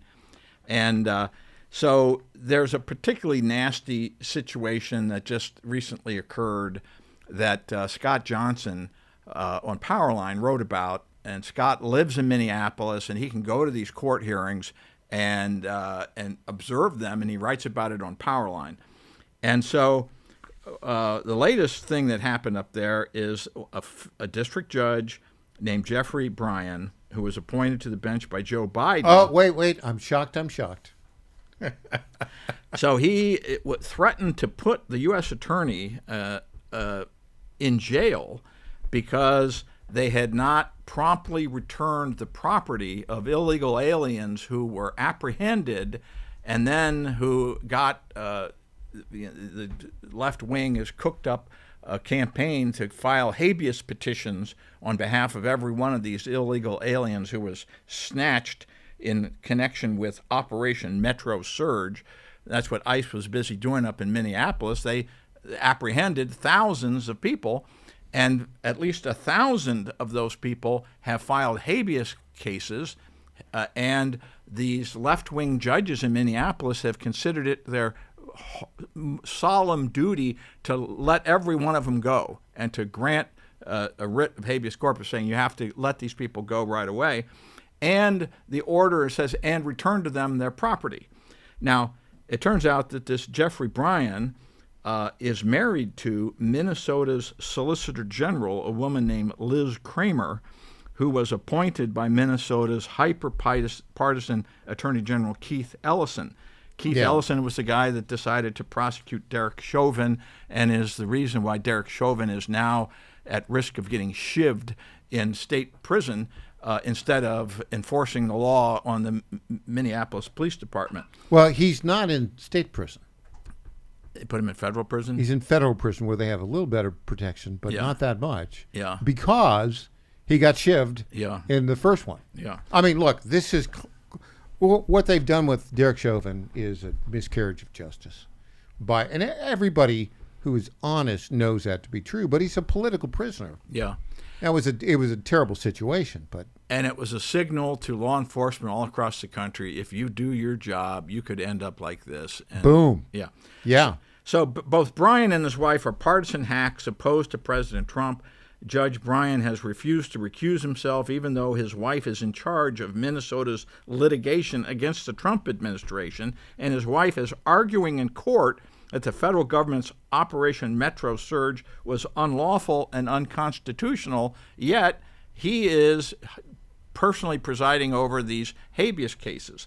So this court hearing that Scott Johnson reported is that Daniel Rosen, the U.S. attorney up there, was hauled into court on an order to show cause why he should not be held in contempt of court and possibly imprisoned, because certain of these illegal aliens that he had sprung on these habeas petitions, which he rubber stamped, did not receive all of their personal items when they were released. This is an abuse of judicial power by a long shot. Well, it's so terrible that so they were starting off. I mean, to haul the U.S. attorney into court and say, "I'm going to put you in jail because you are not doing what I'm demanding that you do." So they were started off with 28 cases, and then before the hearing actually started, they whittled it down to 23, and then in the course of the hearing, they whittled it down to 5. Now, one of the 18 that was resolved involved, I kid you not, a missing shoelace. This judge was threatening to put the U.S. attorney in jail because an illegal alien did not get one of his shoelaces when he was released from custody. That can't be. Well, it is true. Is it true? It's true. And Julie Kelly, who great Julie Kelly, very closely covered the J6 trials, said that she's seen a lot of crazy court proceedings, and she declared that it was bat blank crazy. And said that the judge, based on his remarks, and that she wasn't there, she read the transcript, that he was unhinged. And so, well, they are. I mean, how many Biden-appointed judges? I think it's even worse with the Biden-appointed judges than the Obama-appointed judges, because what happened is they jammed through dozens of them in the last months when Biden was a lame duck. This was a bad deal that Mitch McConnell cut with Chuck Schumer. Remember that? Well, and unfortunately, a lot of Republicans, senators were busy raising money in their districts, and they didn't show up to vote no. So we got people who are the worst judges in the history of the Republic were appointed and confirmed, advice and consent of the Senate, in the last days of the Biden administration. Many of them foreign-born. Yep. So 2 of the 5 cases that remained involved that you took the guy's passport when you apprehended him, and you didn't give him the passport back when he was released, so I'm going to put you in jail. Well, it turns out one of the passports was actually being held by the U.S. Attorney's Office for the person's lawyer, and the lawyer had been told that it's here for you to pick up. All you need to come by and pick it up. But because the lawyer didn't bother to come by and pick it up, they're going to put the U.S. attorney in jail. That's crazy. And another one. Would the judge require the U.S. attorney to hand deliver the passport to the illegal alien? Well, that's sort of like the judge in Chicago who was requiring the head of the Border Patrol to show up in her chambers every day and give a book report about what have you done this day. All of this is micromanagement by the judiciary of executive functions, which is inappropriate.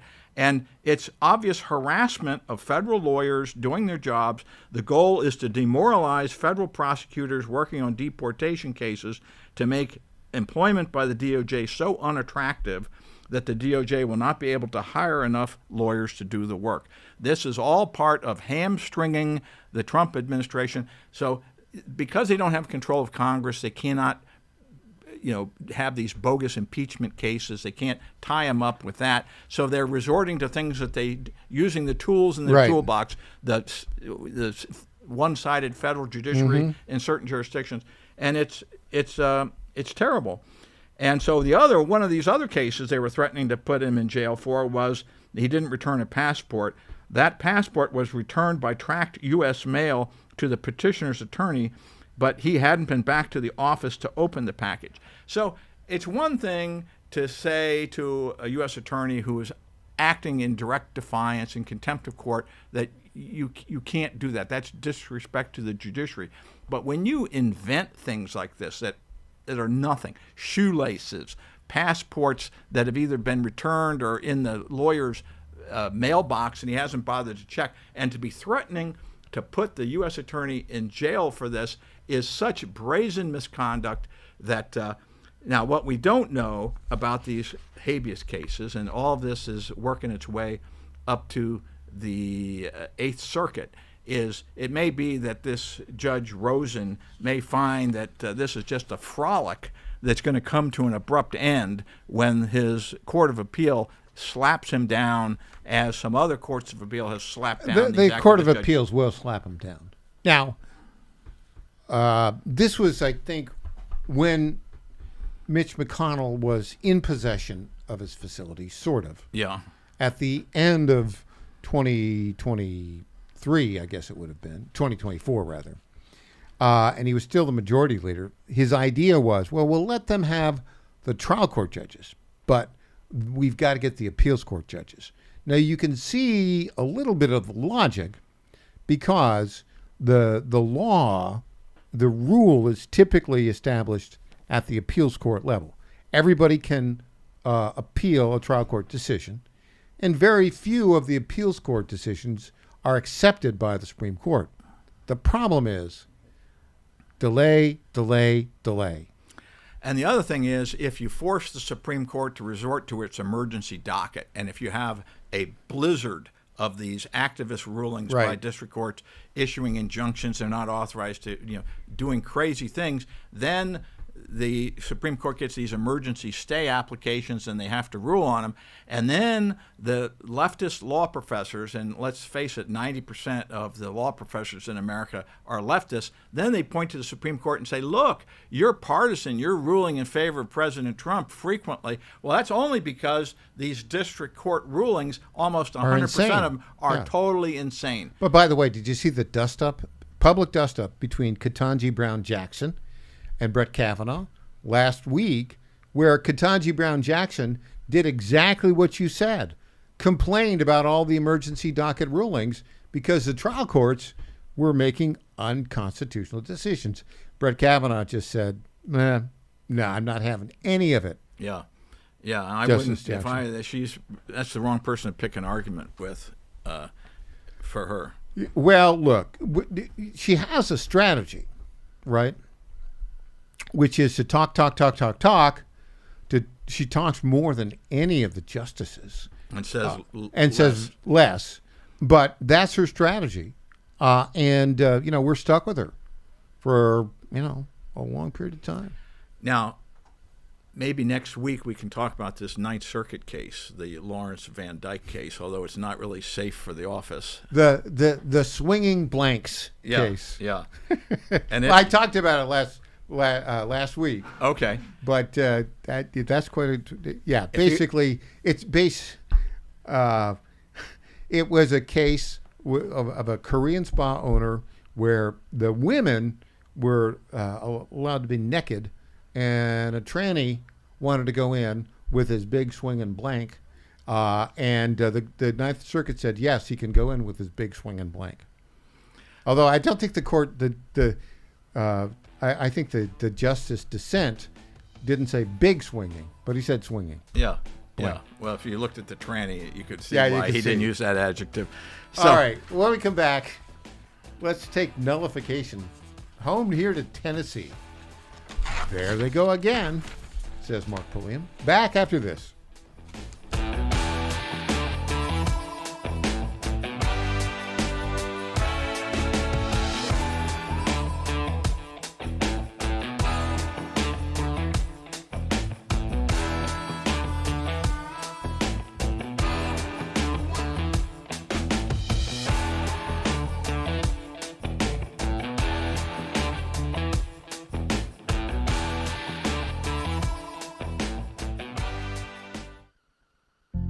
Ponder this. Do you enjoy the work you do each day? Some of us love our jobs. Others will not so much. Whether you are a person who teaches school, digs ditches, or runs a Fortune 500 company, the work we do has dignity, all of it. You see, Jesus Christ grew up in a relatively normal household. His mother Mary cared for the home, and his earthly father Joseph worked as a carpenter. There was nothing particularly exceptional about their daily home life. This model Holy Family performed all work with love, knowing they were doing the will of God each day. Doing routine tasks like caring for your family, doing domestic chores are particularly virtuous if done with love and joy. To accomplish every task assigned to you to the very best of your ability pleases the Lord. The Lord does not need you to bring home a big paycheck, climb the ladder of success, or have a stellar resume. He just wants you to love Him, love your family, and love your neighbor. Give to God your work. It is a great way to praise Him. I'm Susie Kelly, and I am passionately Catholic. They got a bill going up to allow casino gambling on your phone, not regulated. They call it iGaming, and it's bad. You put $10 in, it's gone. This is insane beyond belief. Leads to loss of jobs, increased gambling addiction, putting families at risk. How do you regulate it? How does the state tax it? Is it sponsored by the casinos? Oh, this is another company that wants casino gambling on your phone in Virginia. Like my head is exploding. Call 804-698-7400. Tell your senator vote no to iGaming. I have no idea why Mamie Locke would introduce such a horrible bill. This thing is probably going to pass if we don't stop it. Like my head is exploding. Call 804-698-7400. Tell your senator vote no to iGaming. It's bad. Message paid for by the National Association Against iGaming. When you're learning something new, experience matters. At Lifestyles Unlimited, we've spent over 30 years teaching people how real estate investing works and how to build income with a clear, step-by-step strategy. Our program is designed to help you learn what to do, why it works, and how to take action at your own pace. Join today for just $297, a 60% savings off the regular price. Text radio to 88007. That's RADIO to 88007. Presented by Lifestyles Unlimited. All right, folks, I need you to do something right now. Go to johnfredericksradio.com and take our brand new 2028 Republican presidential straw poll. Who do you want leading the ticket? Don't let the elites decide. Make your voice heard. While you're there, weigh in on two huge issues: eminent domain reform and President Trump's tariff policies. Are they protecting American workers or hurting growth? This is your movement, your vote, your voice, your choice. Go to johnfredericksradio.com right now and take the poll. Congratulations to my friend Michael Patrick Leahy on 9 years of journalistic excellence. I'm Lenny McGill, owner and founder of the Glock Store here in Nashville, Tennessee, and a proud sponsor of Michael Patrick Leahy's Tennessee Star Network for over 5 years. When we started, he was on just one local station. Now, he's on 20 stations. His motto, find the truth and report it. And as long as he sticks to that, we'll stick to being a sponsor. And next year, Michael, let's have a party for you right here at the Glock Store. This is State Senator Mark Pody. Government is limited to what it is supposed to do. One of the things that is critical that we're supposed to be working on is transportation. Here in Middle Tennessee, our roads need more help. As your state senator, we are focused on getting more money reoccurring without a new tax increase for our roads here in Tennessee. This is State Senator Mark Pody. Paid for by Campaign for Mark Pody, Christina Hibden, Treasurer. Welcome back to the Michael Patrick Leahy Show. Now, here's Michael Patrick Leahy. Well, Mark Pulliam, there they go again. We're talking about some state legislators in Tennessee who are introducing basically nullification bills. What's going on with these folks? Well, this is the nullification. What is a nullification bill? Okay, so this particular nullification bill is not jury nullification. This is basically the notion that the state of Tennessee can and should nullify federal laws that the state disagrees with and declare them to be null and void and unenforceable in the state of Tennessee. And a lot of people think that that sounds good, but they disregard the supremacy clause of the Constitution. They disregarded 200 years. Okay, let's talk. What is the supremacy clause? The supremacy clause, Article 6, Clause 2 of the Constitution says federal law is supreme over state law, and that no state law can conflict with federal law. And then you have a bunch of Supreme Court decisions, including the ultimate one, Cooper v. Aaron in 1958, where the state of Arkansas was trying to nullify federal court rulings requiring integration of schools in Arkansas. And they said, well, we're not going to integrate. And that's when the Supreme Court had to intervene to let them know that you cannot do that, that if these federal laws are binding on you, and that kind of sent the message, as well as Eisenhower calling out the 101st Airborne and sending them into Little Rock. So you might wonder, why are we talking about this? And in particular, why are we talking about this after this bill has been introduced 4 previous sessions and has never succeeded, when we have an Attorney General opinion from our great Attorney General, Jonathan Skrmetti, that was issued in 2024 that says that this bill is unconstitutional.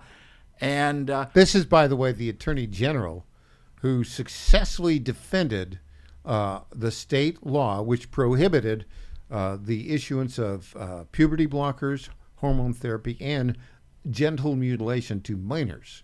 He's one of the most conservative and most effective state attorney generals in the country.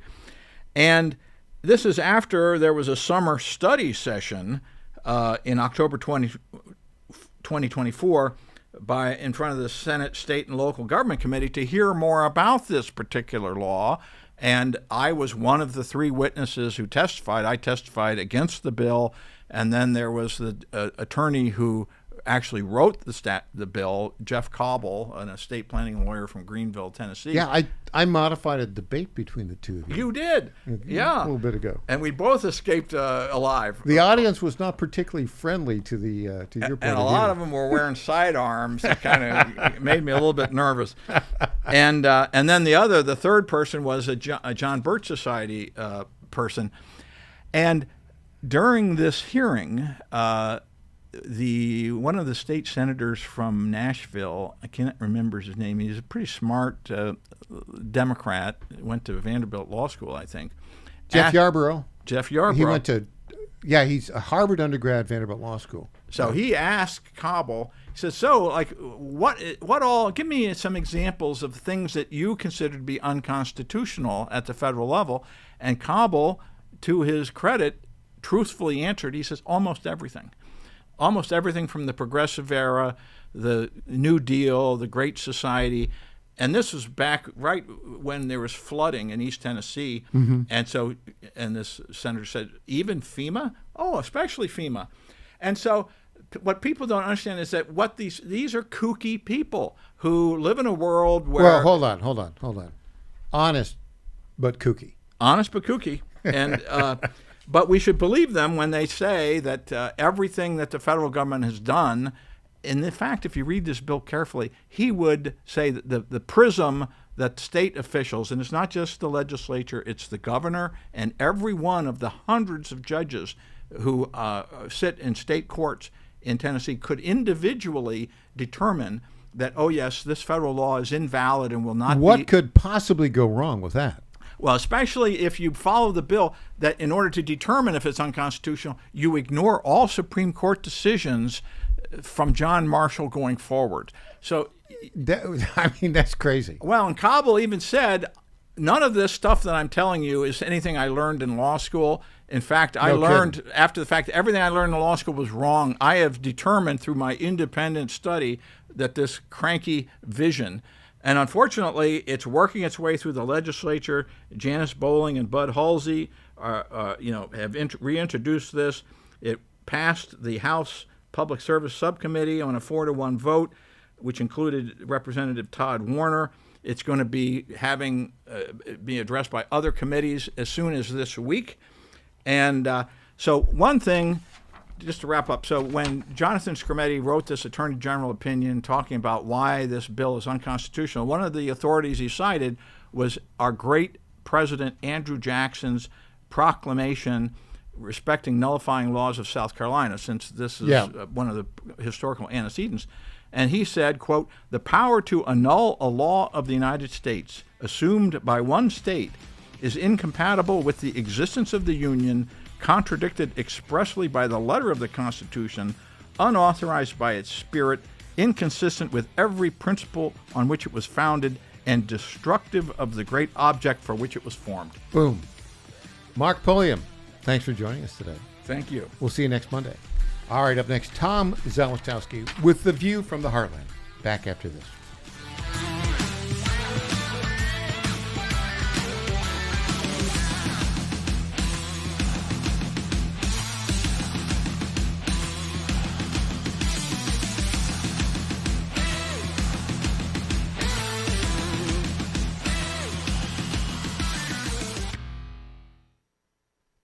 The Cats and Cosby Show. And they gave me a curveball question. Price of oil is $88 today. I said, it's a temporary thing, but I have something to inform you. And I'm going to say it very slowly. Under President Biden, the price of oil was $80, $90, $100 for 4 years. Under President Trump, maybe it's going to be $80 for 1 month. Cats and Cosby, 5 Eastern, 4 Central on the John Fredericks Media Network. Did I say it slowly enough to everybody understand? I love that. The Trump administration positive changes when it comes to fixing our broken healthcare system, but there's only so much the government can do. And if we really want to make America healthy again, that starts at home, and that's where the Wellness Company comes in. The Wellness Company allows you to make sure you're prepared for whatever happens with their prescription medical kits, which contain an assortment of life-saving medications and guidebooks to assist in the proper use of these medications. The Wellness Company also offers a variety of health products, from parasite cleanses to methylene blue to weight loss and so much more, helping you stay healthy and live a longer, better, healthier life. Make America healthy again. That starts at home. So do your part and protect the health of you and your family. All you have to do is go to twc.health/Godzilla today and order. That's twc.health/Godzilla. Use promo code Godzilla to save 10%. That's twc.health/Godzilla. John Fredericks loves his radio and TV audience, but did you know how to follow the Godzilla of Truth wherever you go? Download the John Fredericks Radio Show app to listen live nationwide. For the daily chit-chat, Trucking the Truth, download the Getter app and join the morning fun on Getter Live from 6 to 10 a.m. Follow John Fredericks on WENO Nashville, KQPN West Memphis. Get your winning plays and parlays from Godzilla Wins, Saturdays at 7 a.m. or click GodzillaWins.com. Breaking news at Town Hall. I'm Bob Agnew in Washington.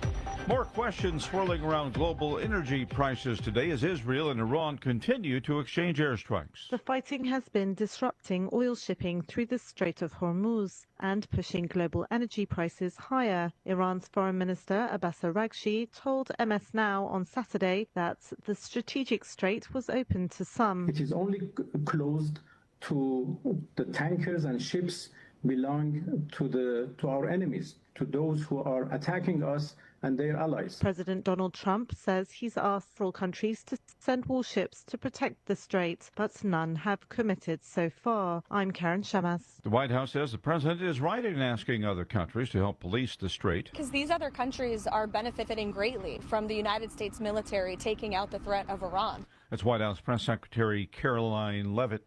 Rain continued falling on Sunday in Hawaii. Maui Mayor Richard Bissett. We're seeing widespread impacts to roadways and infrastructure across Maui County.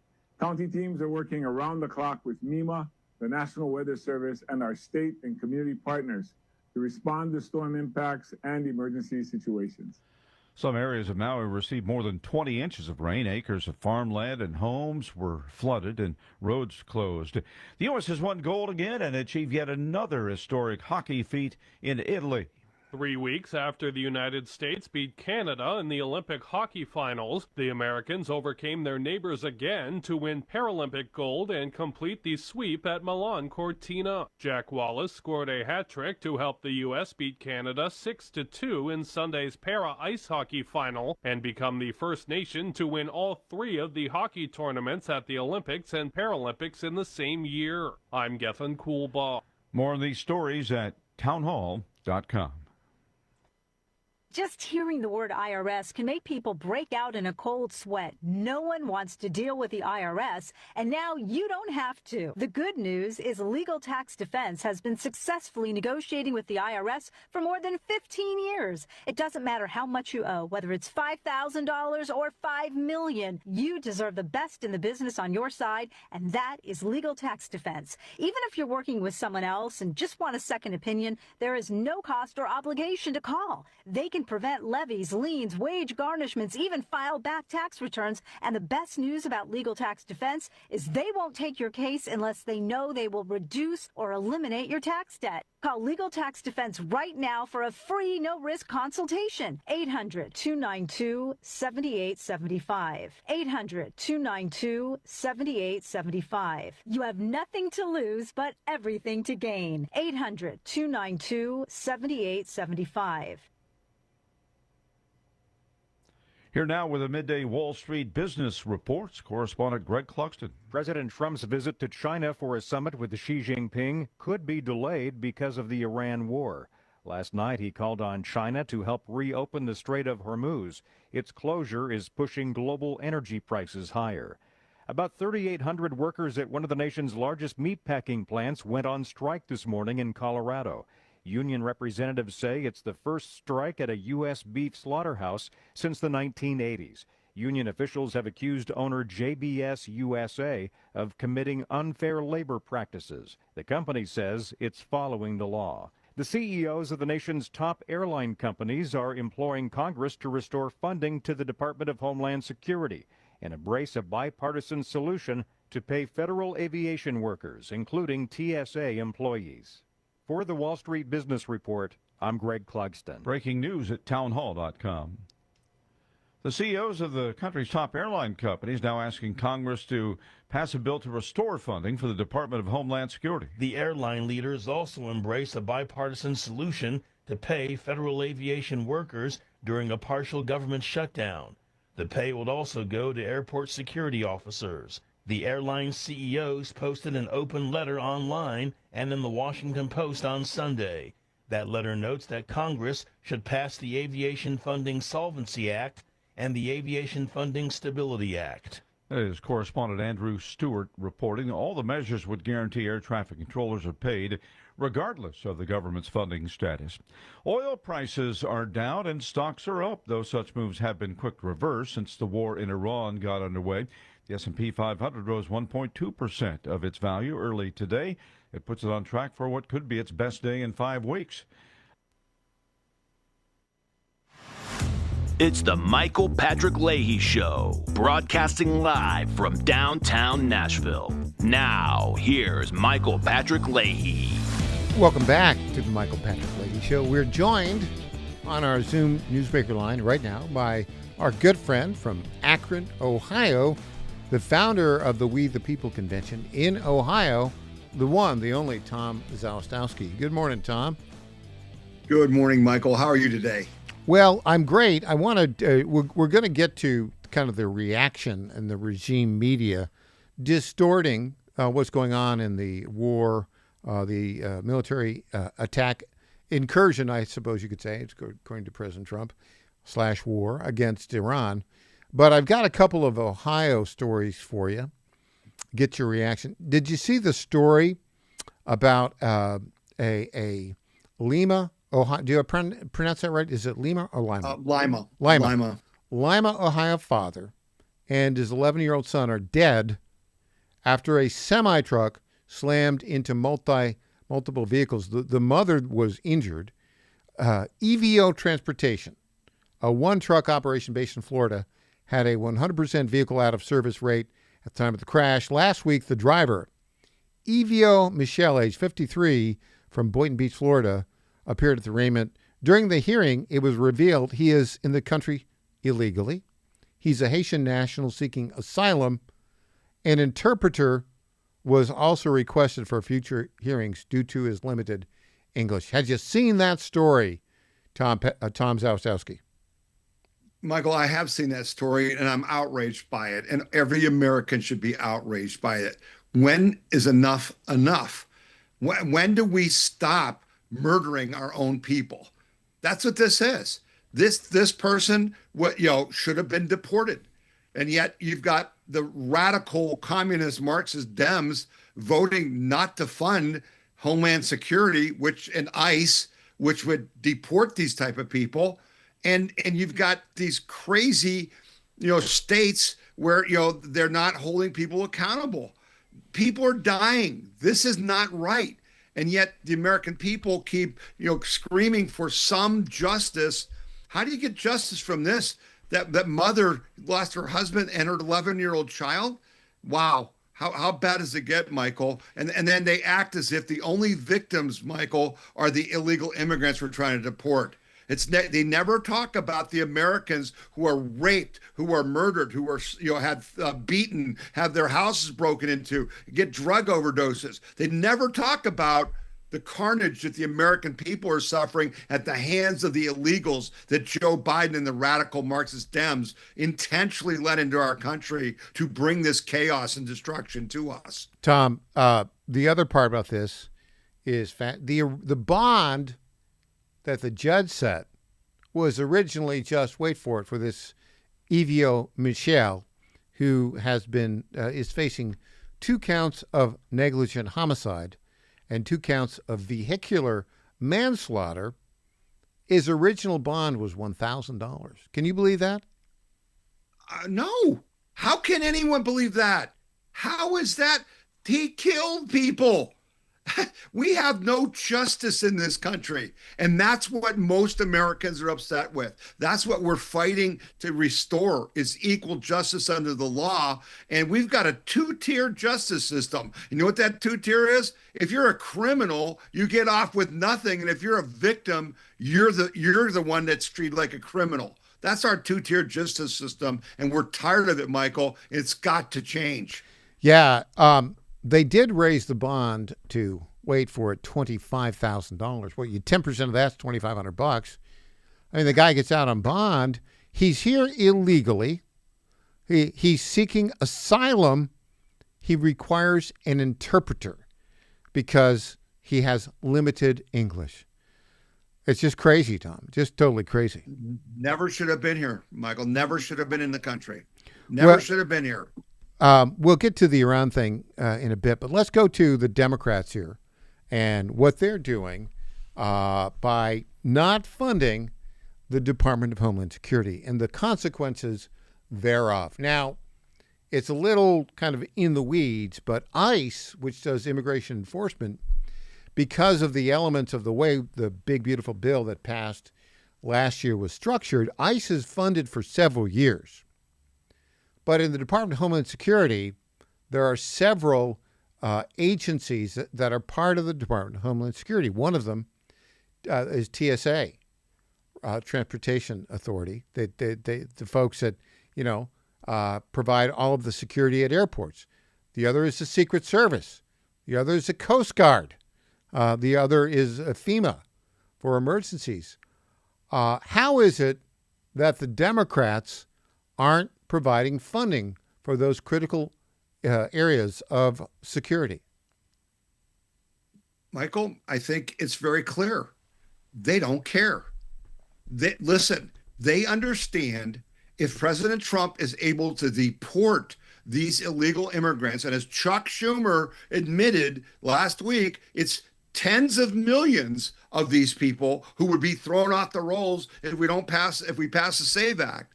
If we are successful in deporting them, they're all done. The Democrat Party goes the way of the Whigs. So what's the calculus? The calculus for the Dems is, how many people who vote for us are we going to lose because they're standing in a TSA security line in an airport for 5 hours, okay? Or because they had storms hit them in Tennessee and Ohio last night and can't get FEMA to help. How many of those voters are we going to lose with that versus how many will we lose if they deport our illegal voters? They're never going to fund Homeland Security this year.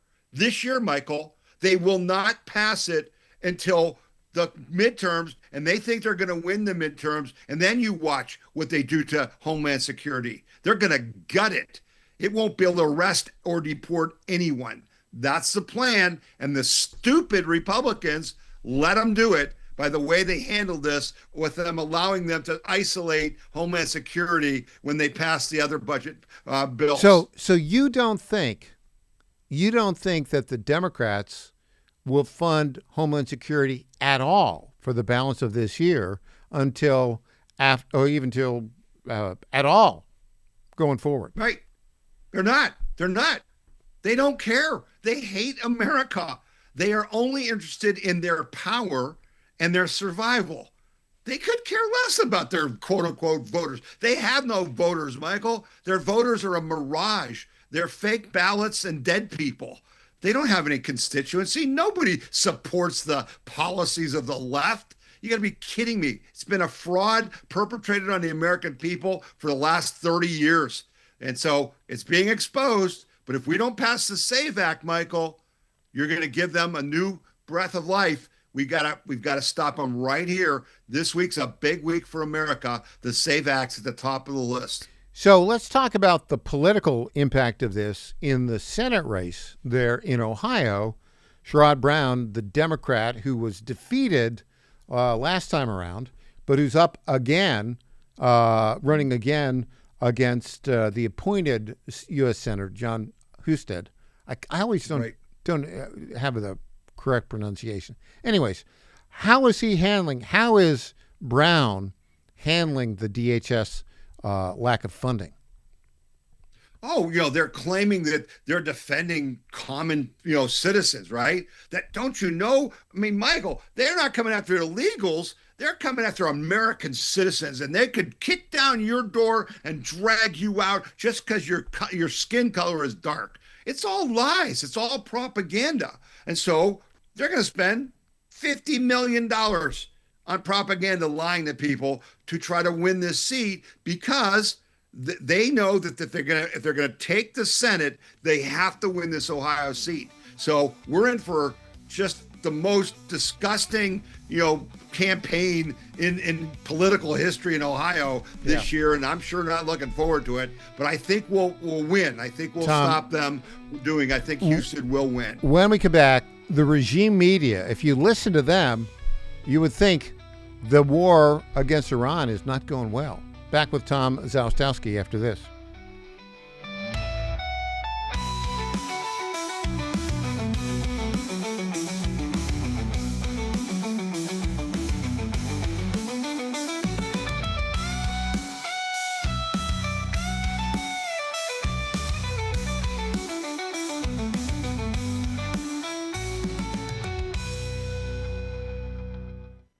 Hi folks, John Fredericks here for Freedom Alliance. Veterans are still struggling with the wounds of war. They came home with injuries that changed them forever. The flag-burning troublemakers in our streets remind me how fortunate we are to have patriots who served and fought, sacrificed, and never complained. We need to support them through organizations like the Freedom Alliance. It's Military Appreciation Month and time to support those who serve. Freedom Alliance is caring for combat veterans and military families. Combat veterans fought in the worst, most dangerous places on earth. Freedom Alliance takes them to nature's most relaxing locations so they can heal. Freedom Alliance gives injured troops mortgage-free homes, new cars, and all-terrain wheelchairs. For wounded vets, there's nothing like the stability of your own home, the reinsurance of a reliable vehicle, or the independence of a wheelchair that navigates snow, ice, beach, pasture, or most any terrain. Let's fight for those who fought for us. Go to freedomalliance.org/Godzilla and make a monthly gift that will improve the life of a military hero. That's freedomalliance.org/Godzilla. Make a contribution today. If you're like me, most moms find it difficult to prioritize self-care. Hi, it's Colleen, Program Director at the John Fredericks Media Network. With the demands of programming 13 radio stations, it's easy to forget about the things I should do for myself daily. And that's why I started with our company's Women's Challenge with Native Path Collagen Peptides. It's affordable and convenient care in just 1 scoop a day. There are so many incredible health benefits like bone and joint support, metabolism booster, and hair, skin, and nail improvement. I like to take a moment each day to prioritize myself and indulge in the health-boosting benefits of Native Path Collagen Peptides. I love mixing it up with all the different smoothie recipes, too. Learn more about Native Path Collagen Peptides and read 7 important reasons why you should be taking collagen peptides at getnativepath.com/Godzilla.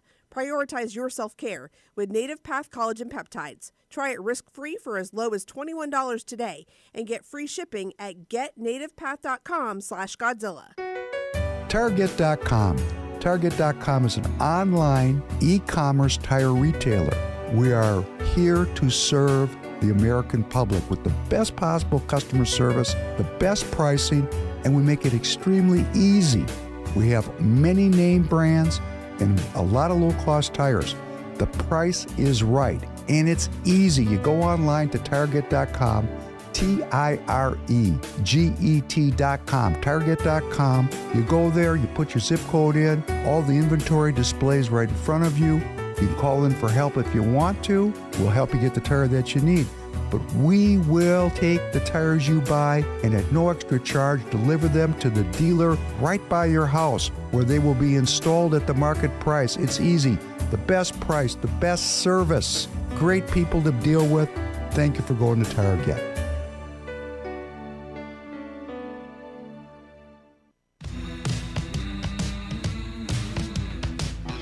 Welcome back to the Michael Patrick Leahy Show. Now, here's Michael Patrick Leahy. Tom Zalesowski. Tom, before we get into the reaction of the regime media to the war in Iran, I've a breaking story. I'll read it. It's from the president. I don't know if you've seen this yet. I'll read the entire thing and get your reaction. Ready? This is about an hour ago. Maybe, no, actually, it looks like it was 15 minutes ago. Susie Wiles is an incredible chief of staff, a great person and one of the strongest people I know, but unfortunately, she has been diagnosed with early-stage breast cancer and has decided to take on this challenge immediately as opposed to waiting. This is from the president 18 minutes ago. She has a fantastic medical team, and her prognosis is excellent. During the treatment period, she will be spending virtually full-time at the White House, which makes me as president very happy. Her strength and commitment to continue doing the job she loves and does so well while undergoing treatment tells you everything you need to know about her. Susie, as one of my closest and most important advisors, is tough and deeply committed to serving the American people. She will soon be better than ever. Melania and I are with her in every way, and we look forward to working with Susie on the many big and wonderful things that are happening for the benefit of our country. President Donald J. Trump. Your thoughts on that, Tom Zalesowski? Yeah, that is a surprise to me. I'm actually, during the break, President Trump just started speaking. He's at the White House, and Susie is sitting right at his side. And so our prayers will go out to her, because she is a really important part of this administration. She's the traffic cop that kind of keeps everybody, from driving the president crazy. And I think everyone agrees she's done one heck of a job in this first year. So we wish her all the best. And boy, that's a real commitment when you're being threatened with a serious health condition like that, to say you're going to stay on. And we hope that the treatment goes well enough that she can stay on. But thanks for sharing that, Michael. I had not seen that. Yeah. Susie is 68 years old. Now, the good news on this is it's early stage. And I'll just bring this up. Tom, you probably don't even know this. But we have started a new podcast. It'll be a weekly podcast, which we will feature on this program. We've done the first weekly episode of it, which I call Live to 100, which is, it's about my plan to live to 100. Okay. But in order to do that, I'm following certain, what are the things you're doing? One of them, is you're not Donald Trump, meaning get 8 hours of sleep a night, right? Yes. Not 3 hours of sleep, because I can't do it, but he can. The other one is try and eat like Robert F. Kennedy Jr. But one of the elements is this, and we just had a series on it, is aggressively get early detection on the 5 things that could kill you. And there's all sorts of things you can do in early detection, like whole body scans, blood tests, various tests, etc. And the good news is, if you get detected with cancer early on, say stage 1, you've got a real good shot of surviving and thriving. If you get to stage 4 cancer, that's not when you want to get the diagnosis. It's good news she's got early stage. That's great news. We actually had a scare last year. Our son had a melanoma on his back that was ignored by his physician. Kind of said, it looks fine, no problem. And then they finally did a biopsy, and it was like stage 3. And he's been fighting that and getting treatment, doing well. But your warning to everyone is really important. And I'm glad to hear you started this podcast. Please send me a link, and I will promote it on our website at wethepeopleconvention.org. I'm very big into this, Michael. I'm so excited about Robert F. Kennedy Jr. and what he's been doing and the whole MAHA movement. And I encourage people to look carefully at what you're teaching them, because we don't have to be as sick as we are, Michael.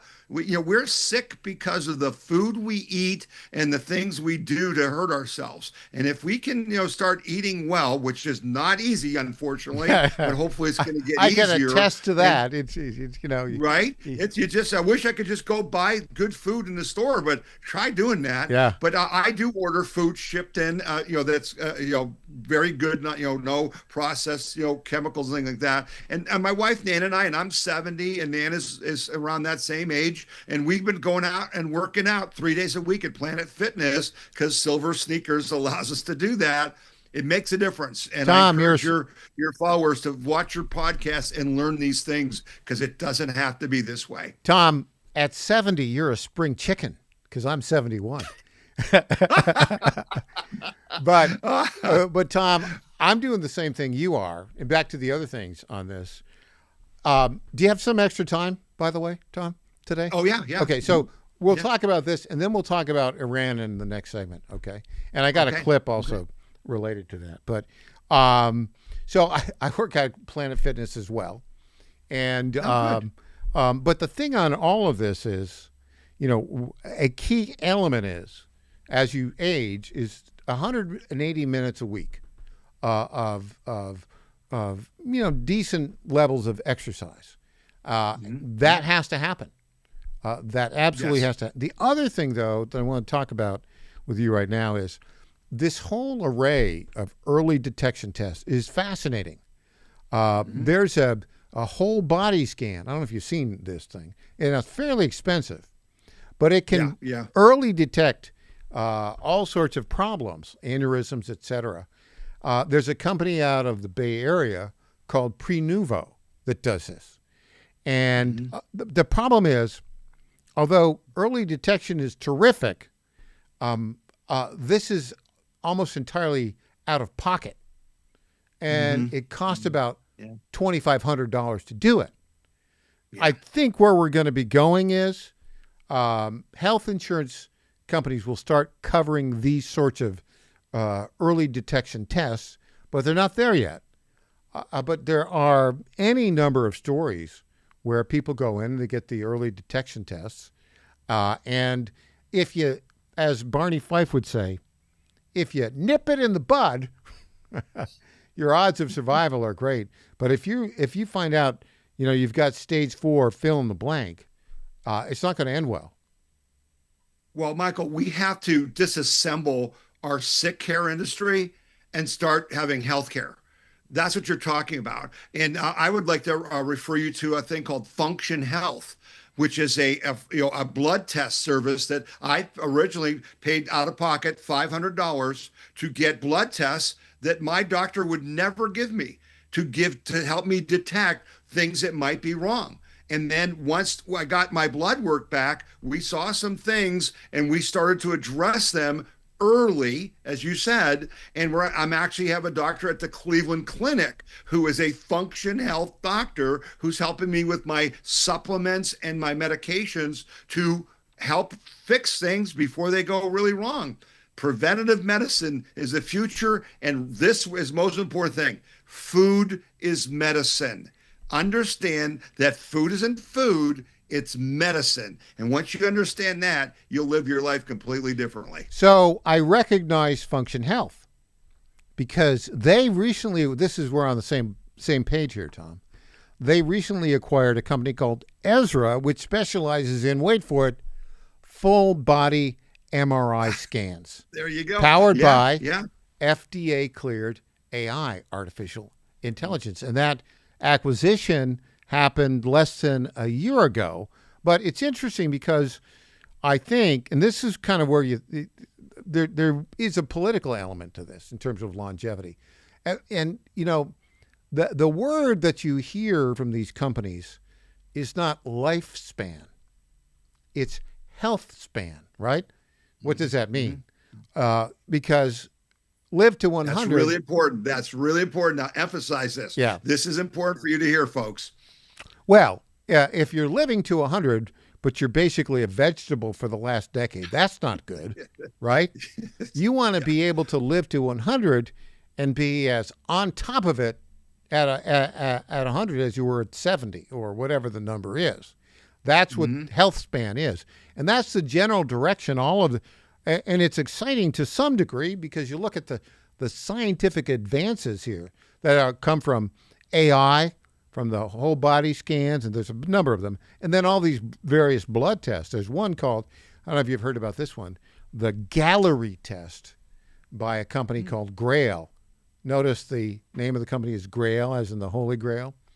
But they've done some testing on this, but just with a very simple blood test, similar to the one you took with Function Health, they can identify early up to 50 forms of cancer. And I think the approach here is, okay, let's get stuff. Let's find out on a regular basis when stage 1 is going to hit in whatever cancer it is. Let's not get to stage 4. Now, if you look at this long term, I think the political angle here is to get this stuff covered by health insurance, right? But that's going to be a bit of a challenge. We got 60 seconds on this, Tom. Well, I'd like to get it where you and I could afford to pay for it. That's where I'd like to go. This whole concept of health insurance, it wasn't health insurance, it was sick care insurance. Yeah. And by any measure, we're grossly overpaying. Let's get it so low that you and I can pay it out of pocket, just like getting our car fixed. Good point. Well, got to keep the engine rolling, right, Tom? There Okay. you go. There you go. When we come back, how the regime media is trying to spin a couple things. One is the war in Iran. Two, the rise of Muslim Sharia power in the United States of America. Back after this.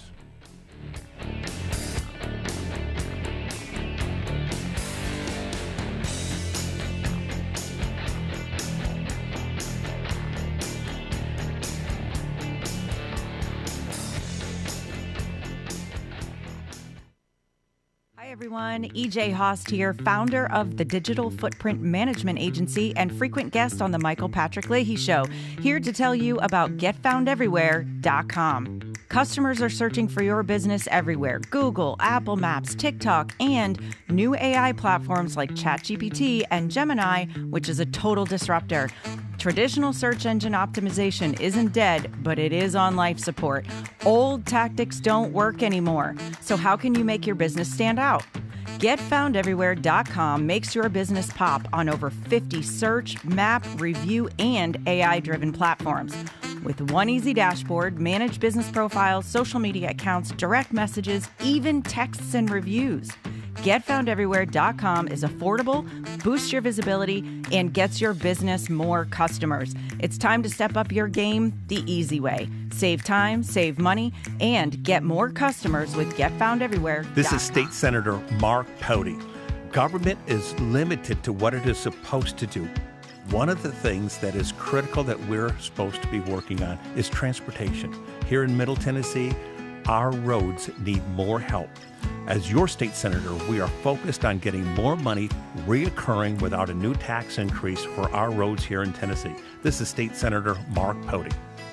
paid for by Campaign for Mark Pody. Christina Hibden, Treasurer. I'm Lenny McGill, founder and CEO of Glockstore.com. For over 30 years, I've supported the Second Amendment rights of free men and women to protect themselves and their families with firearms. We offer the very best in both selection and prices on Glock handguns, custom Glocks, Glock magazines, and high-performance shooting accessories at Glockstore.com. We also have the finest retail showroom and our Shoot 270 shoot rooms right here in Nashville, Tennessee. Come visit us at Glockstore.com, and you'll be glad you did. My fellow Americans, my good friends, I've known them for a long time, at DT McCall & Sons have the deal of a lifetime for you, and nobody knows deals like I do. That much I can tell you. Nobody knows deals like I do.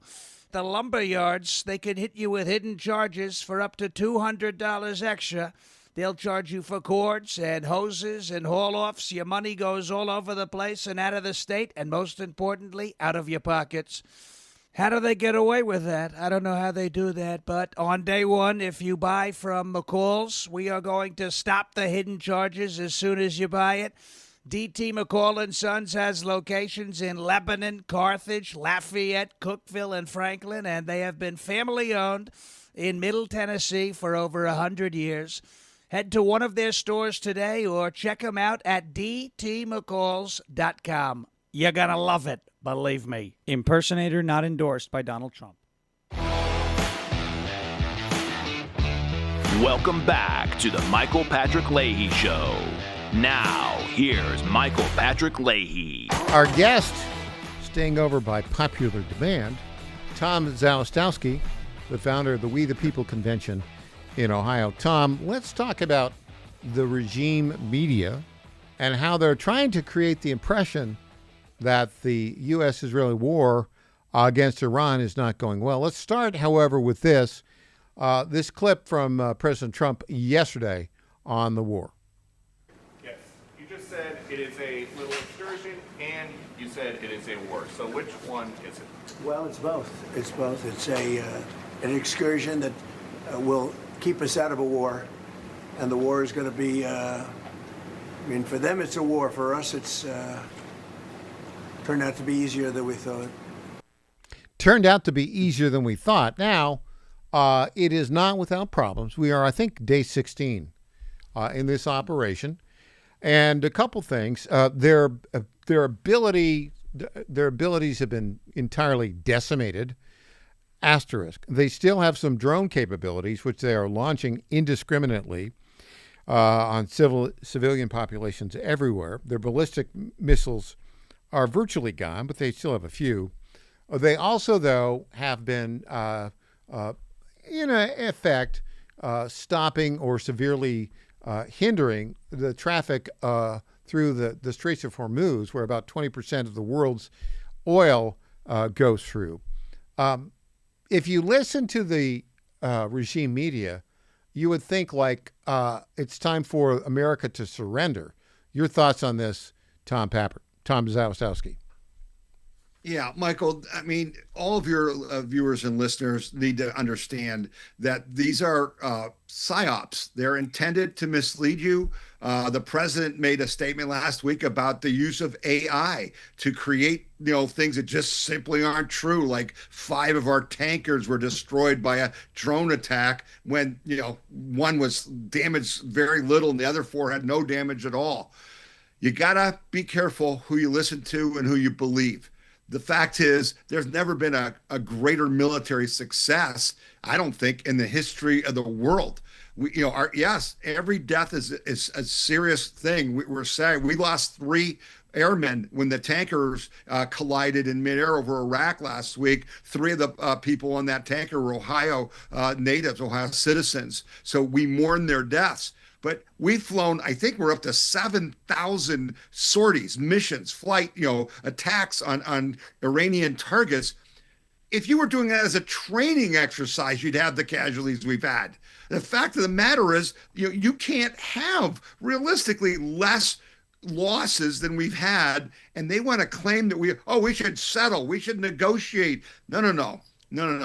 This is about peace in the Middle East for our lifetime, for our kids and our grandkids. This is an important job to finish. And if you just tune out the lamestream media, listen to trusted voices like Michael Patrick Leahy and Tom Zalestowski at the We the People convention, you'll get the straight scoop. We're on the right track, and we're doing a magnificent job, and we're so proud of our military servicemen and women. Tom, it's interesting. What it looks like also to me is the United States is asserting military dominance at the next level.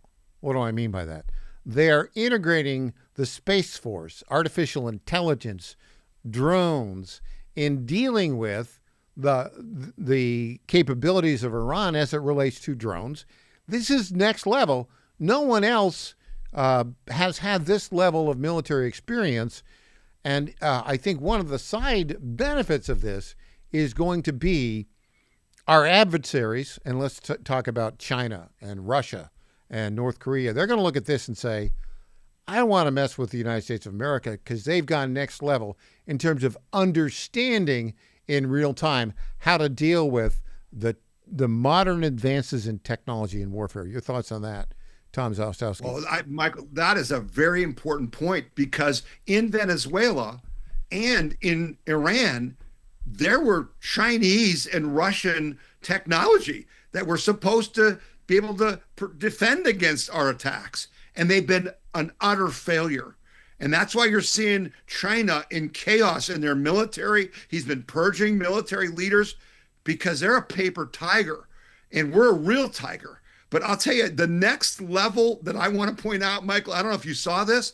Did you see the thing where what's going on? Why hasn't there been an uprising in Iran?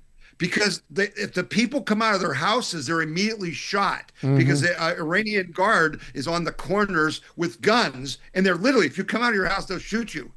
The Israelis are now in communication with Iranian citizens who are calling in drone strikes on these goons on the street corners. So the revolution in Iran is the first citizens' revolution that has its own air force, and they're taking out the Iranian Guard people. And once they're gone, you're going to see an uprising in Iran like people won't even imagine. So I think that's next level revolution. Yeah, wow. It's next level technology. It's communication involved, AI, drone technology, et cetera. And I think you're right. I think, the Trump administration, the Secretary of War, Joint Chiefs of Staff, has always said this is going to be a 4 to 6 week operation. And with a regime like the Iranians, where, they lose, they're done, right? They're at last gasp. And so that's kind of where they are right now. You see the regime media trying to say, we're doing well, blah, blah, blah. That is almost an element of Iranian propaganda. Notice CNN. They've got an embedded journalist there who is, in essence, a mouthpiece of whatever survives of the Iranian leadership. Have you seen that? I did see that. And again, I like what FCC Chairman Carr is saying about the use of the airwaves, and some of these broadcast networks who are putting out propaganda could lose their license. How do you feel about that, Michael? I think it's time for us to draw the line between media, press, and propaganda. And I think we're long overdue for that, and I'd like to see some action taken by the FCC. Let me answer the question this way. How do you think Franklin Delano Roosevelt in World War II dealt with similar type propaganda from our enemies? Yeah, the CEO of the corporation that owns the network would have gotten a phone call, and they would have known immediately that if they don't take care of this by tonight, they will be shut down. And that's where we're headed, because this is wrong. Whatever happened to America first, and whatever happened to just common decency. We are at war, and we have people in the Democratic Party who are undermining our efforts. That never used to happen, Michael, and we can't let it happen, and we got to make them pay a price. Pass the SAVE Act. That'll make them pay the price. Okay, I've got another breaking story. Are you ready? This is from the New York Post, which is not regime. We're on media. Trump time. The stories come in 15-minute increments. Yeah. Let me just read this and get your reaction. I'm just telling you what the New York Post is saying about this. The New York Post writes that U.S. intelligence agencies believe that Iran's new supreme leader, Mojtaba Khamenei is homosexual and that it could weaken his support among the Islamic regime's elites. U.S. intelligence reportedly indicates that Iran's new supreme leader, Mojtaba Khamenei, may be homosexual. Trump reportedly laughed out loud in surprise when briefed on the intelligence, according to sources.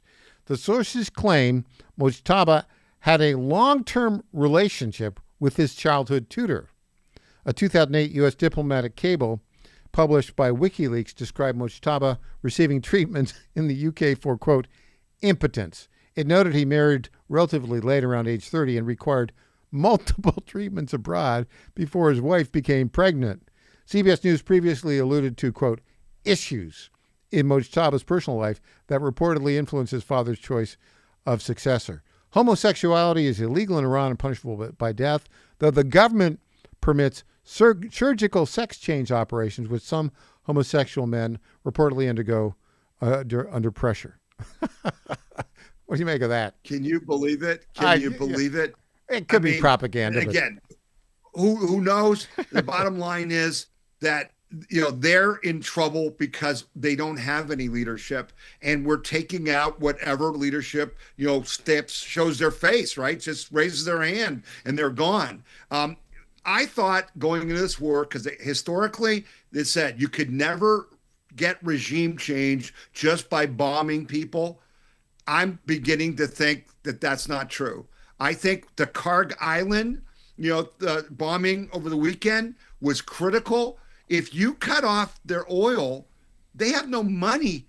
They're done. I don't care. You don't have to have troops on the ground in Iran itself, but you can stop their economy.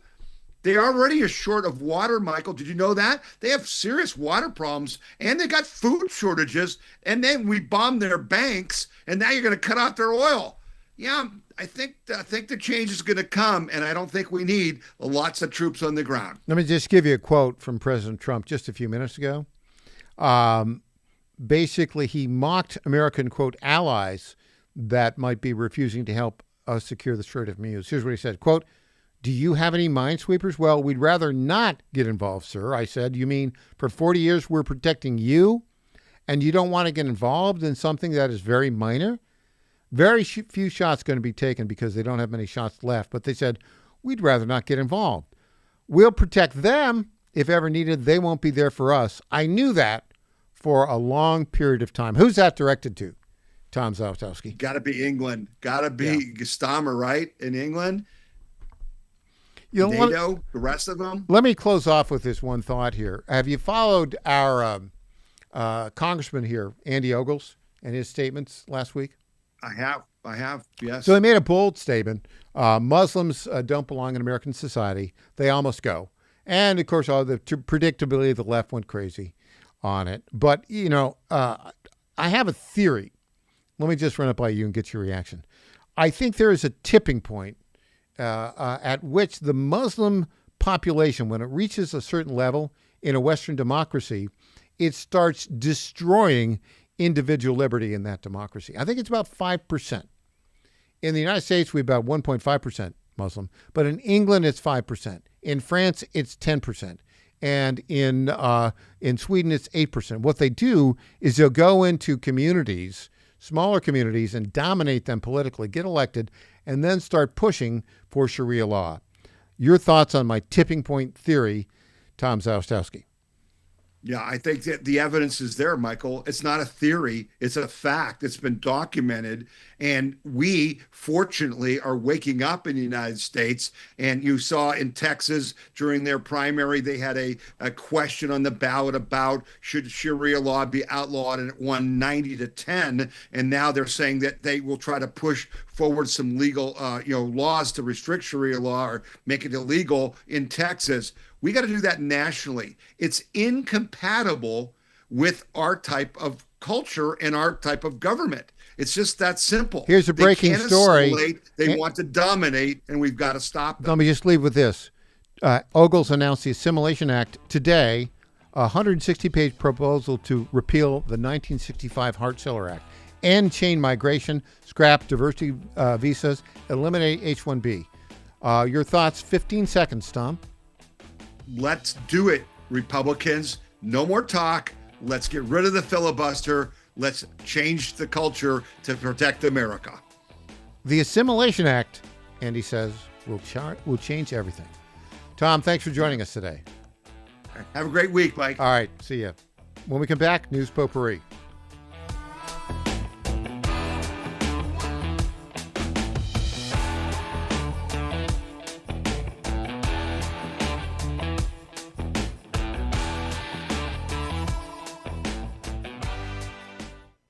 This is Tom Carmichael, CEO of Soul Tea, a supplement to help you have a healthier heart and stronger cardiovascular system. At Soul Tea, we regularly get emails from our customers telling us how Soul Tea has helped them. Like this one from Kelly. Hello, I'm 58 years old and have had high cholesterol for years. I wanted to stay away from prescription drugs. My husband and I have been using Soul Tea for about 13 months. My results have been amazing. My cholesterol levels went from 291 to 129. I am so impressed with Soul Tea and want to thank you. Now, in my own case, my bad cholesterol dropped from 130 to 89, and that was 20 years ago. I'm 75 years old and I take 0 prescription drugs. To get a great deal on Soul Tea, please go to GodzillaHeart.com, and when you check out, use the code Godzilla to get our best deal, which is 50% off your first shipment and then 3 bottles for the price of 2 thereafter. You don't have to live with a broken heart. Do you suffer from Try declining Soul bone Tea and today. joint health? Hi, it's Tina with the John Fredericks Media Network. And when I heard about our company's Women's Challenge, I jumped on the opportunity to test this amazing supplement that's already restoring my bone density, soothing my joint pain, and helping me regain lost mobility. I've experienced so many benefits in such a short time with Native Path Collagen Peptides because they support my bones and joints, boost my metabolism, and unleash the most radiant skin and hair since my 20s. In just 2 weeks, my knee stiffness is gone, and I'm already hitting the gym more aggressively. And I get so many compliments on my glowy skin and shiny hair. Native Path Collagen Peptides are so easy to take. They're tasteless, odorless, and mix great with my morning coffee. Read thousands of 5-star reviews at getnativepath.com/Godzilla. Level up your self-care with Native Path Collagen Peptides. Try it risk-free for as low as $21 today. And get free shipping at getnativepath.com/Godzilla. In 2008, the amount of concentrated time people could spend on a task without becoming distracted was 12 seconds. 5 years later, it was only 8 seconds, 1 second less than a goldfish. If you're often distracted or have trouble recalling information, you're likely to fall behind in the demanding, fast-paced 21st century. In other words, brain performance is more critical now than ever. Boost your brain power with Healthy Cells Focus Plus Recall.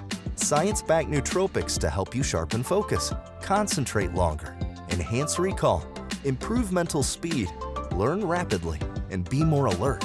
It's a pill-free brain supplement made with maximum absorption ingestible gel technology, designed to feed your brain at the cellular level. Take it for a test drive.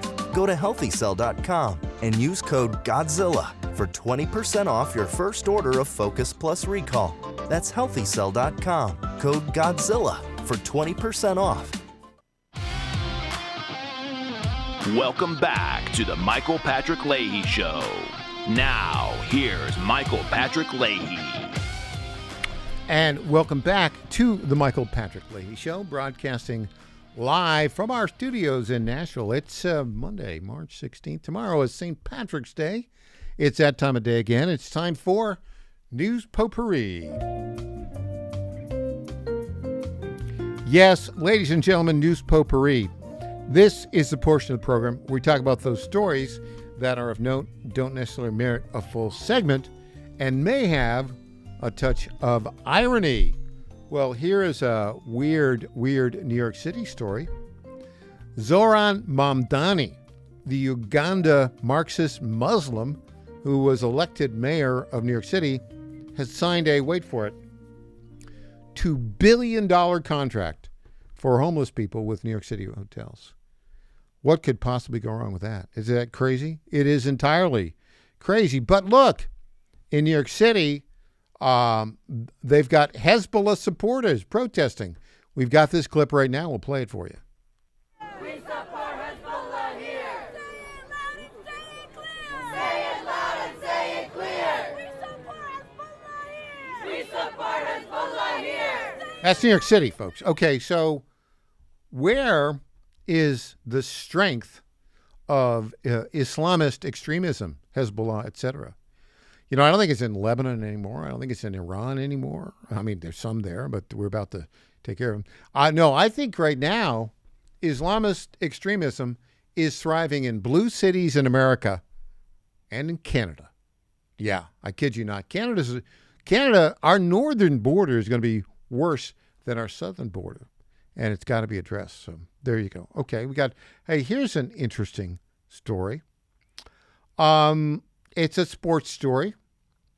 Justin Fields, you know, the quarterback for New York Jets, he's been traded from the New York Jets because the Jets brought in their previous kind of number one draft choice bust, Geno Smith, who went on to success in Seattle and then not so much success in Las Vegas.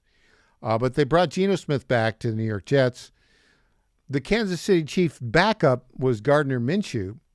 He signed an $8 million deal with the Arizona Cardinals.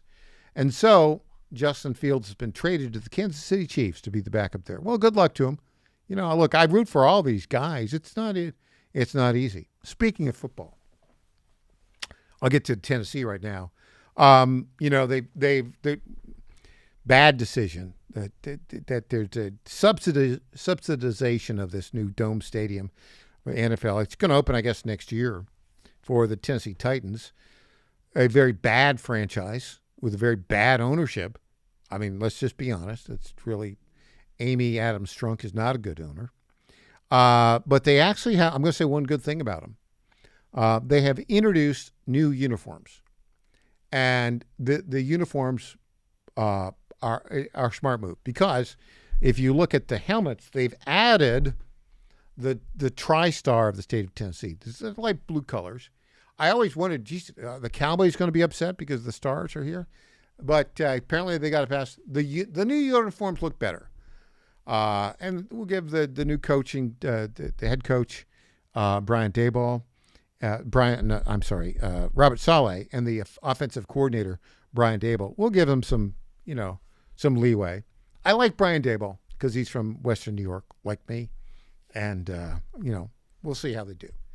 Okay, what else? Oh, this is interesting. You know, we got the whole Venezuela falls, and now Venezuela has been decapitated and delegated so that it's playing ball with America and not sending oil to Cuba. And now we've got the Iranian situation going on where it looks like ultimately the Iran situation is going to be a big win for Trump. It looks like there will be at some point in time a regime change. How long it takes to be a while. But this story in Cuba, you know, there's been negotiations with the Cuban dictator.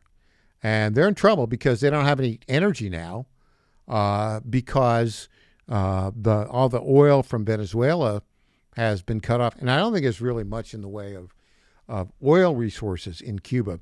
This from the Miami Herald. Havana is expected to allow Cubans in Miami elsewhere to own businesses on the island. The Cuban government is expected to announce as early as next week, that's this week, economic reforms to allow Cuban Americans living in South Florida and elsewhere in the U.S. and around the world to invest and own private businesses on the island. The economic opening comes amid unprecedented pressure by the Trump administration, which has cut off oil supplies to the Cuban government, and ongoing talks between the two countries acknowledged by Cuban leaders for the first time this past Friday. Oh, look, that's good. I do think we're going to be in a different world because Venezuela's fallen, and Iran is going to fall, and I think Cuba will fall. And so we're going to see the Donroe Doctrine, the rise, if you will, of the return of the Monroe Doctrine in the Western Hemisphere. And guess what's going to be next? You ready? You heard it here first. Number 1, Venezuela. Number 2, Iran. Number 3, Cuba. Number 4, it's going to be Greenland. Boom. The Western Hemisphere will be dominated by America. What else do we have going on? Oh, yeah. It's gotten cold here in Middle Tennessee. I thought we got rid of all all the cold weather. It's going to stick around for a couple days. Also, this is a blizzard. Monster blizzard and 70-mile-per-hour winds hit Michigan. Yikes! Snow may reach 36 inches. I'm not a big fan of cold weather. I lived through it. I grew up in upstate New York. I have a theory that everybody has a certain number of cold days that their DNA can handle. I used all mine up in the first 18 years of my life, and I don't want to see any more of it. So there you go. One other thing. Clay Travis. Interesting.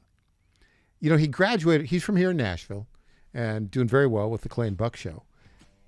He just announced he's giving $10 million to his alma mater, Vanderbilt Law School. What, they're kind of lefty, aren't they? Yeah. It's to promote the First Amendment. I say amen to that. And good job, Clay. That's it for our show today. We'll be back tomorrow, same time, same place. I'm Michael Patrick Leahy, the website, TennesseeStar.com. Thanks for joining us.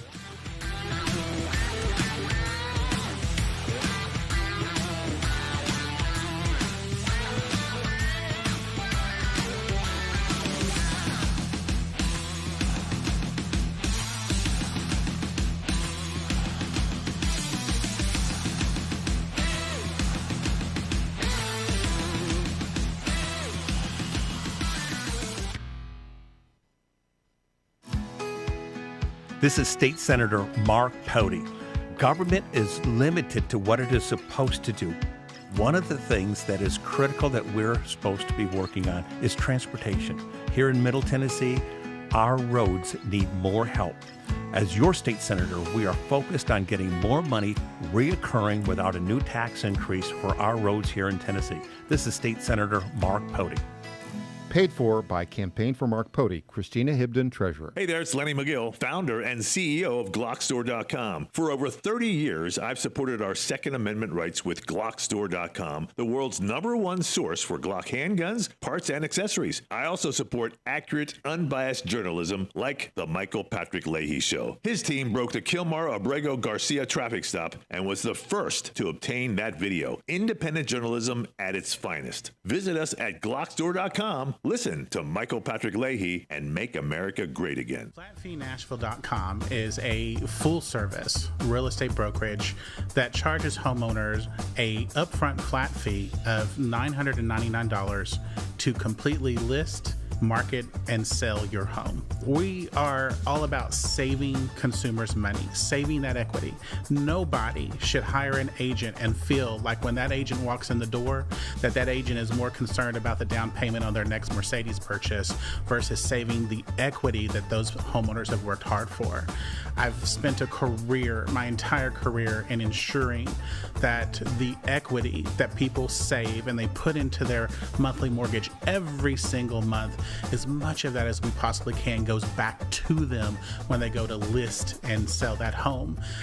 The idea is to give homeowners the ability to really create generational wealth. FlatFeeNashville.com, FlatFeeNashville.com.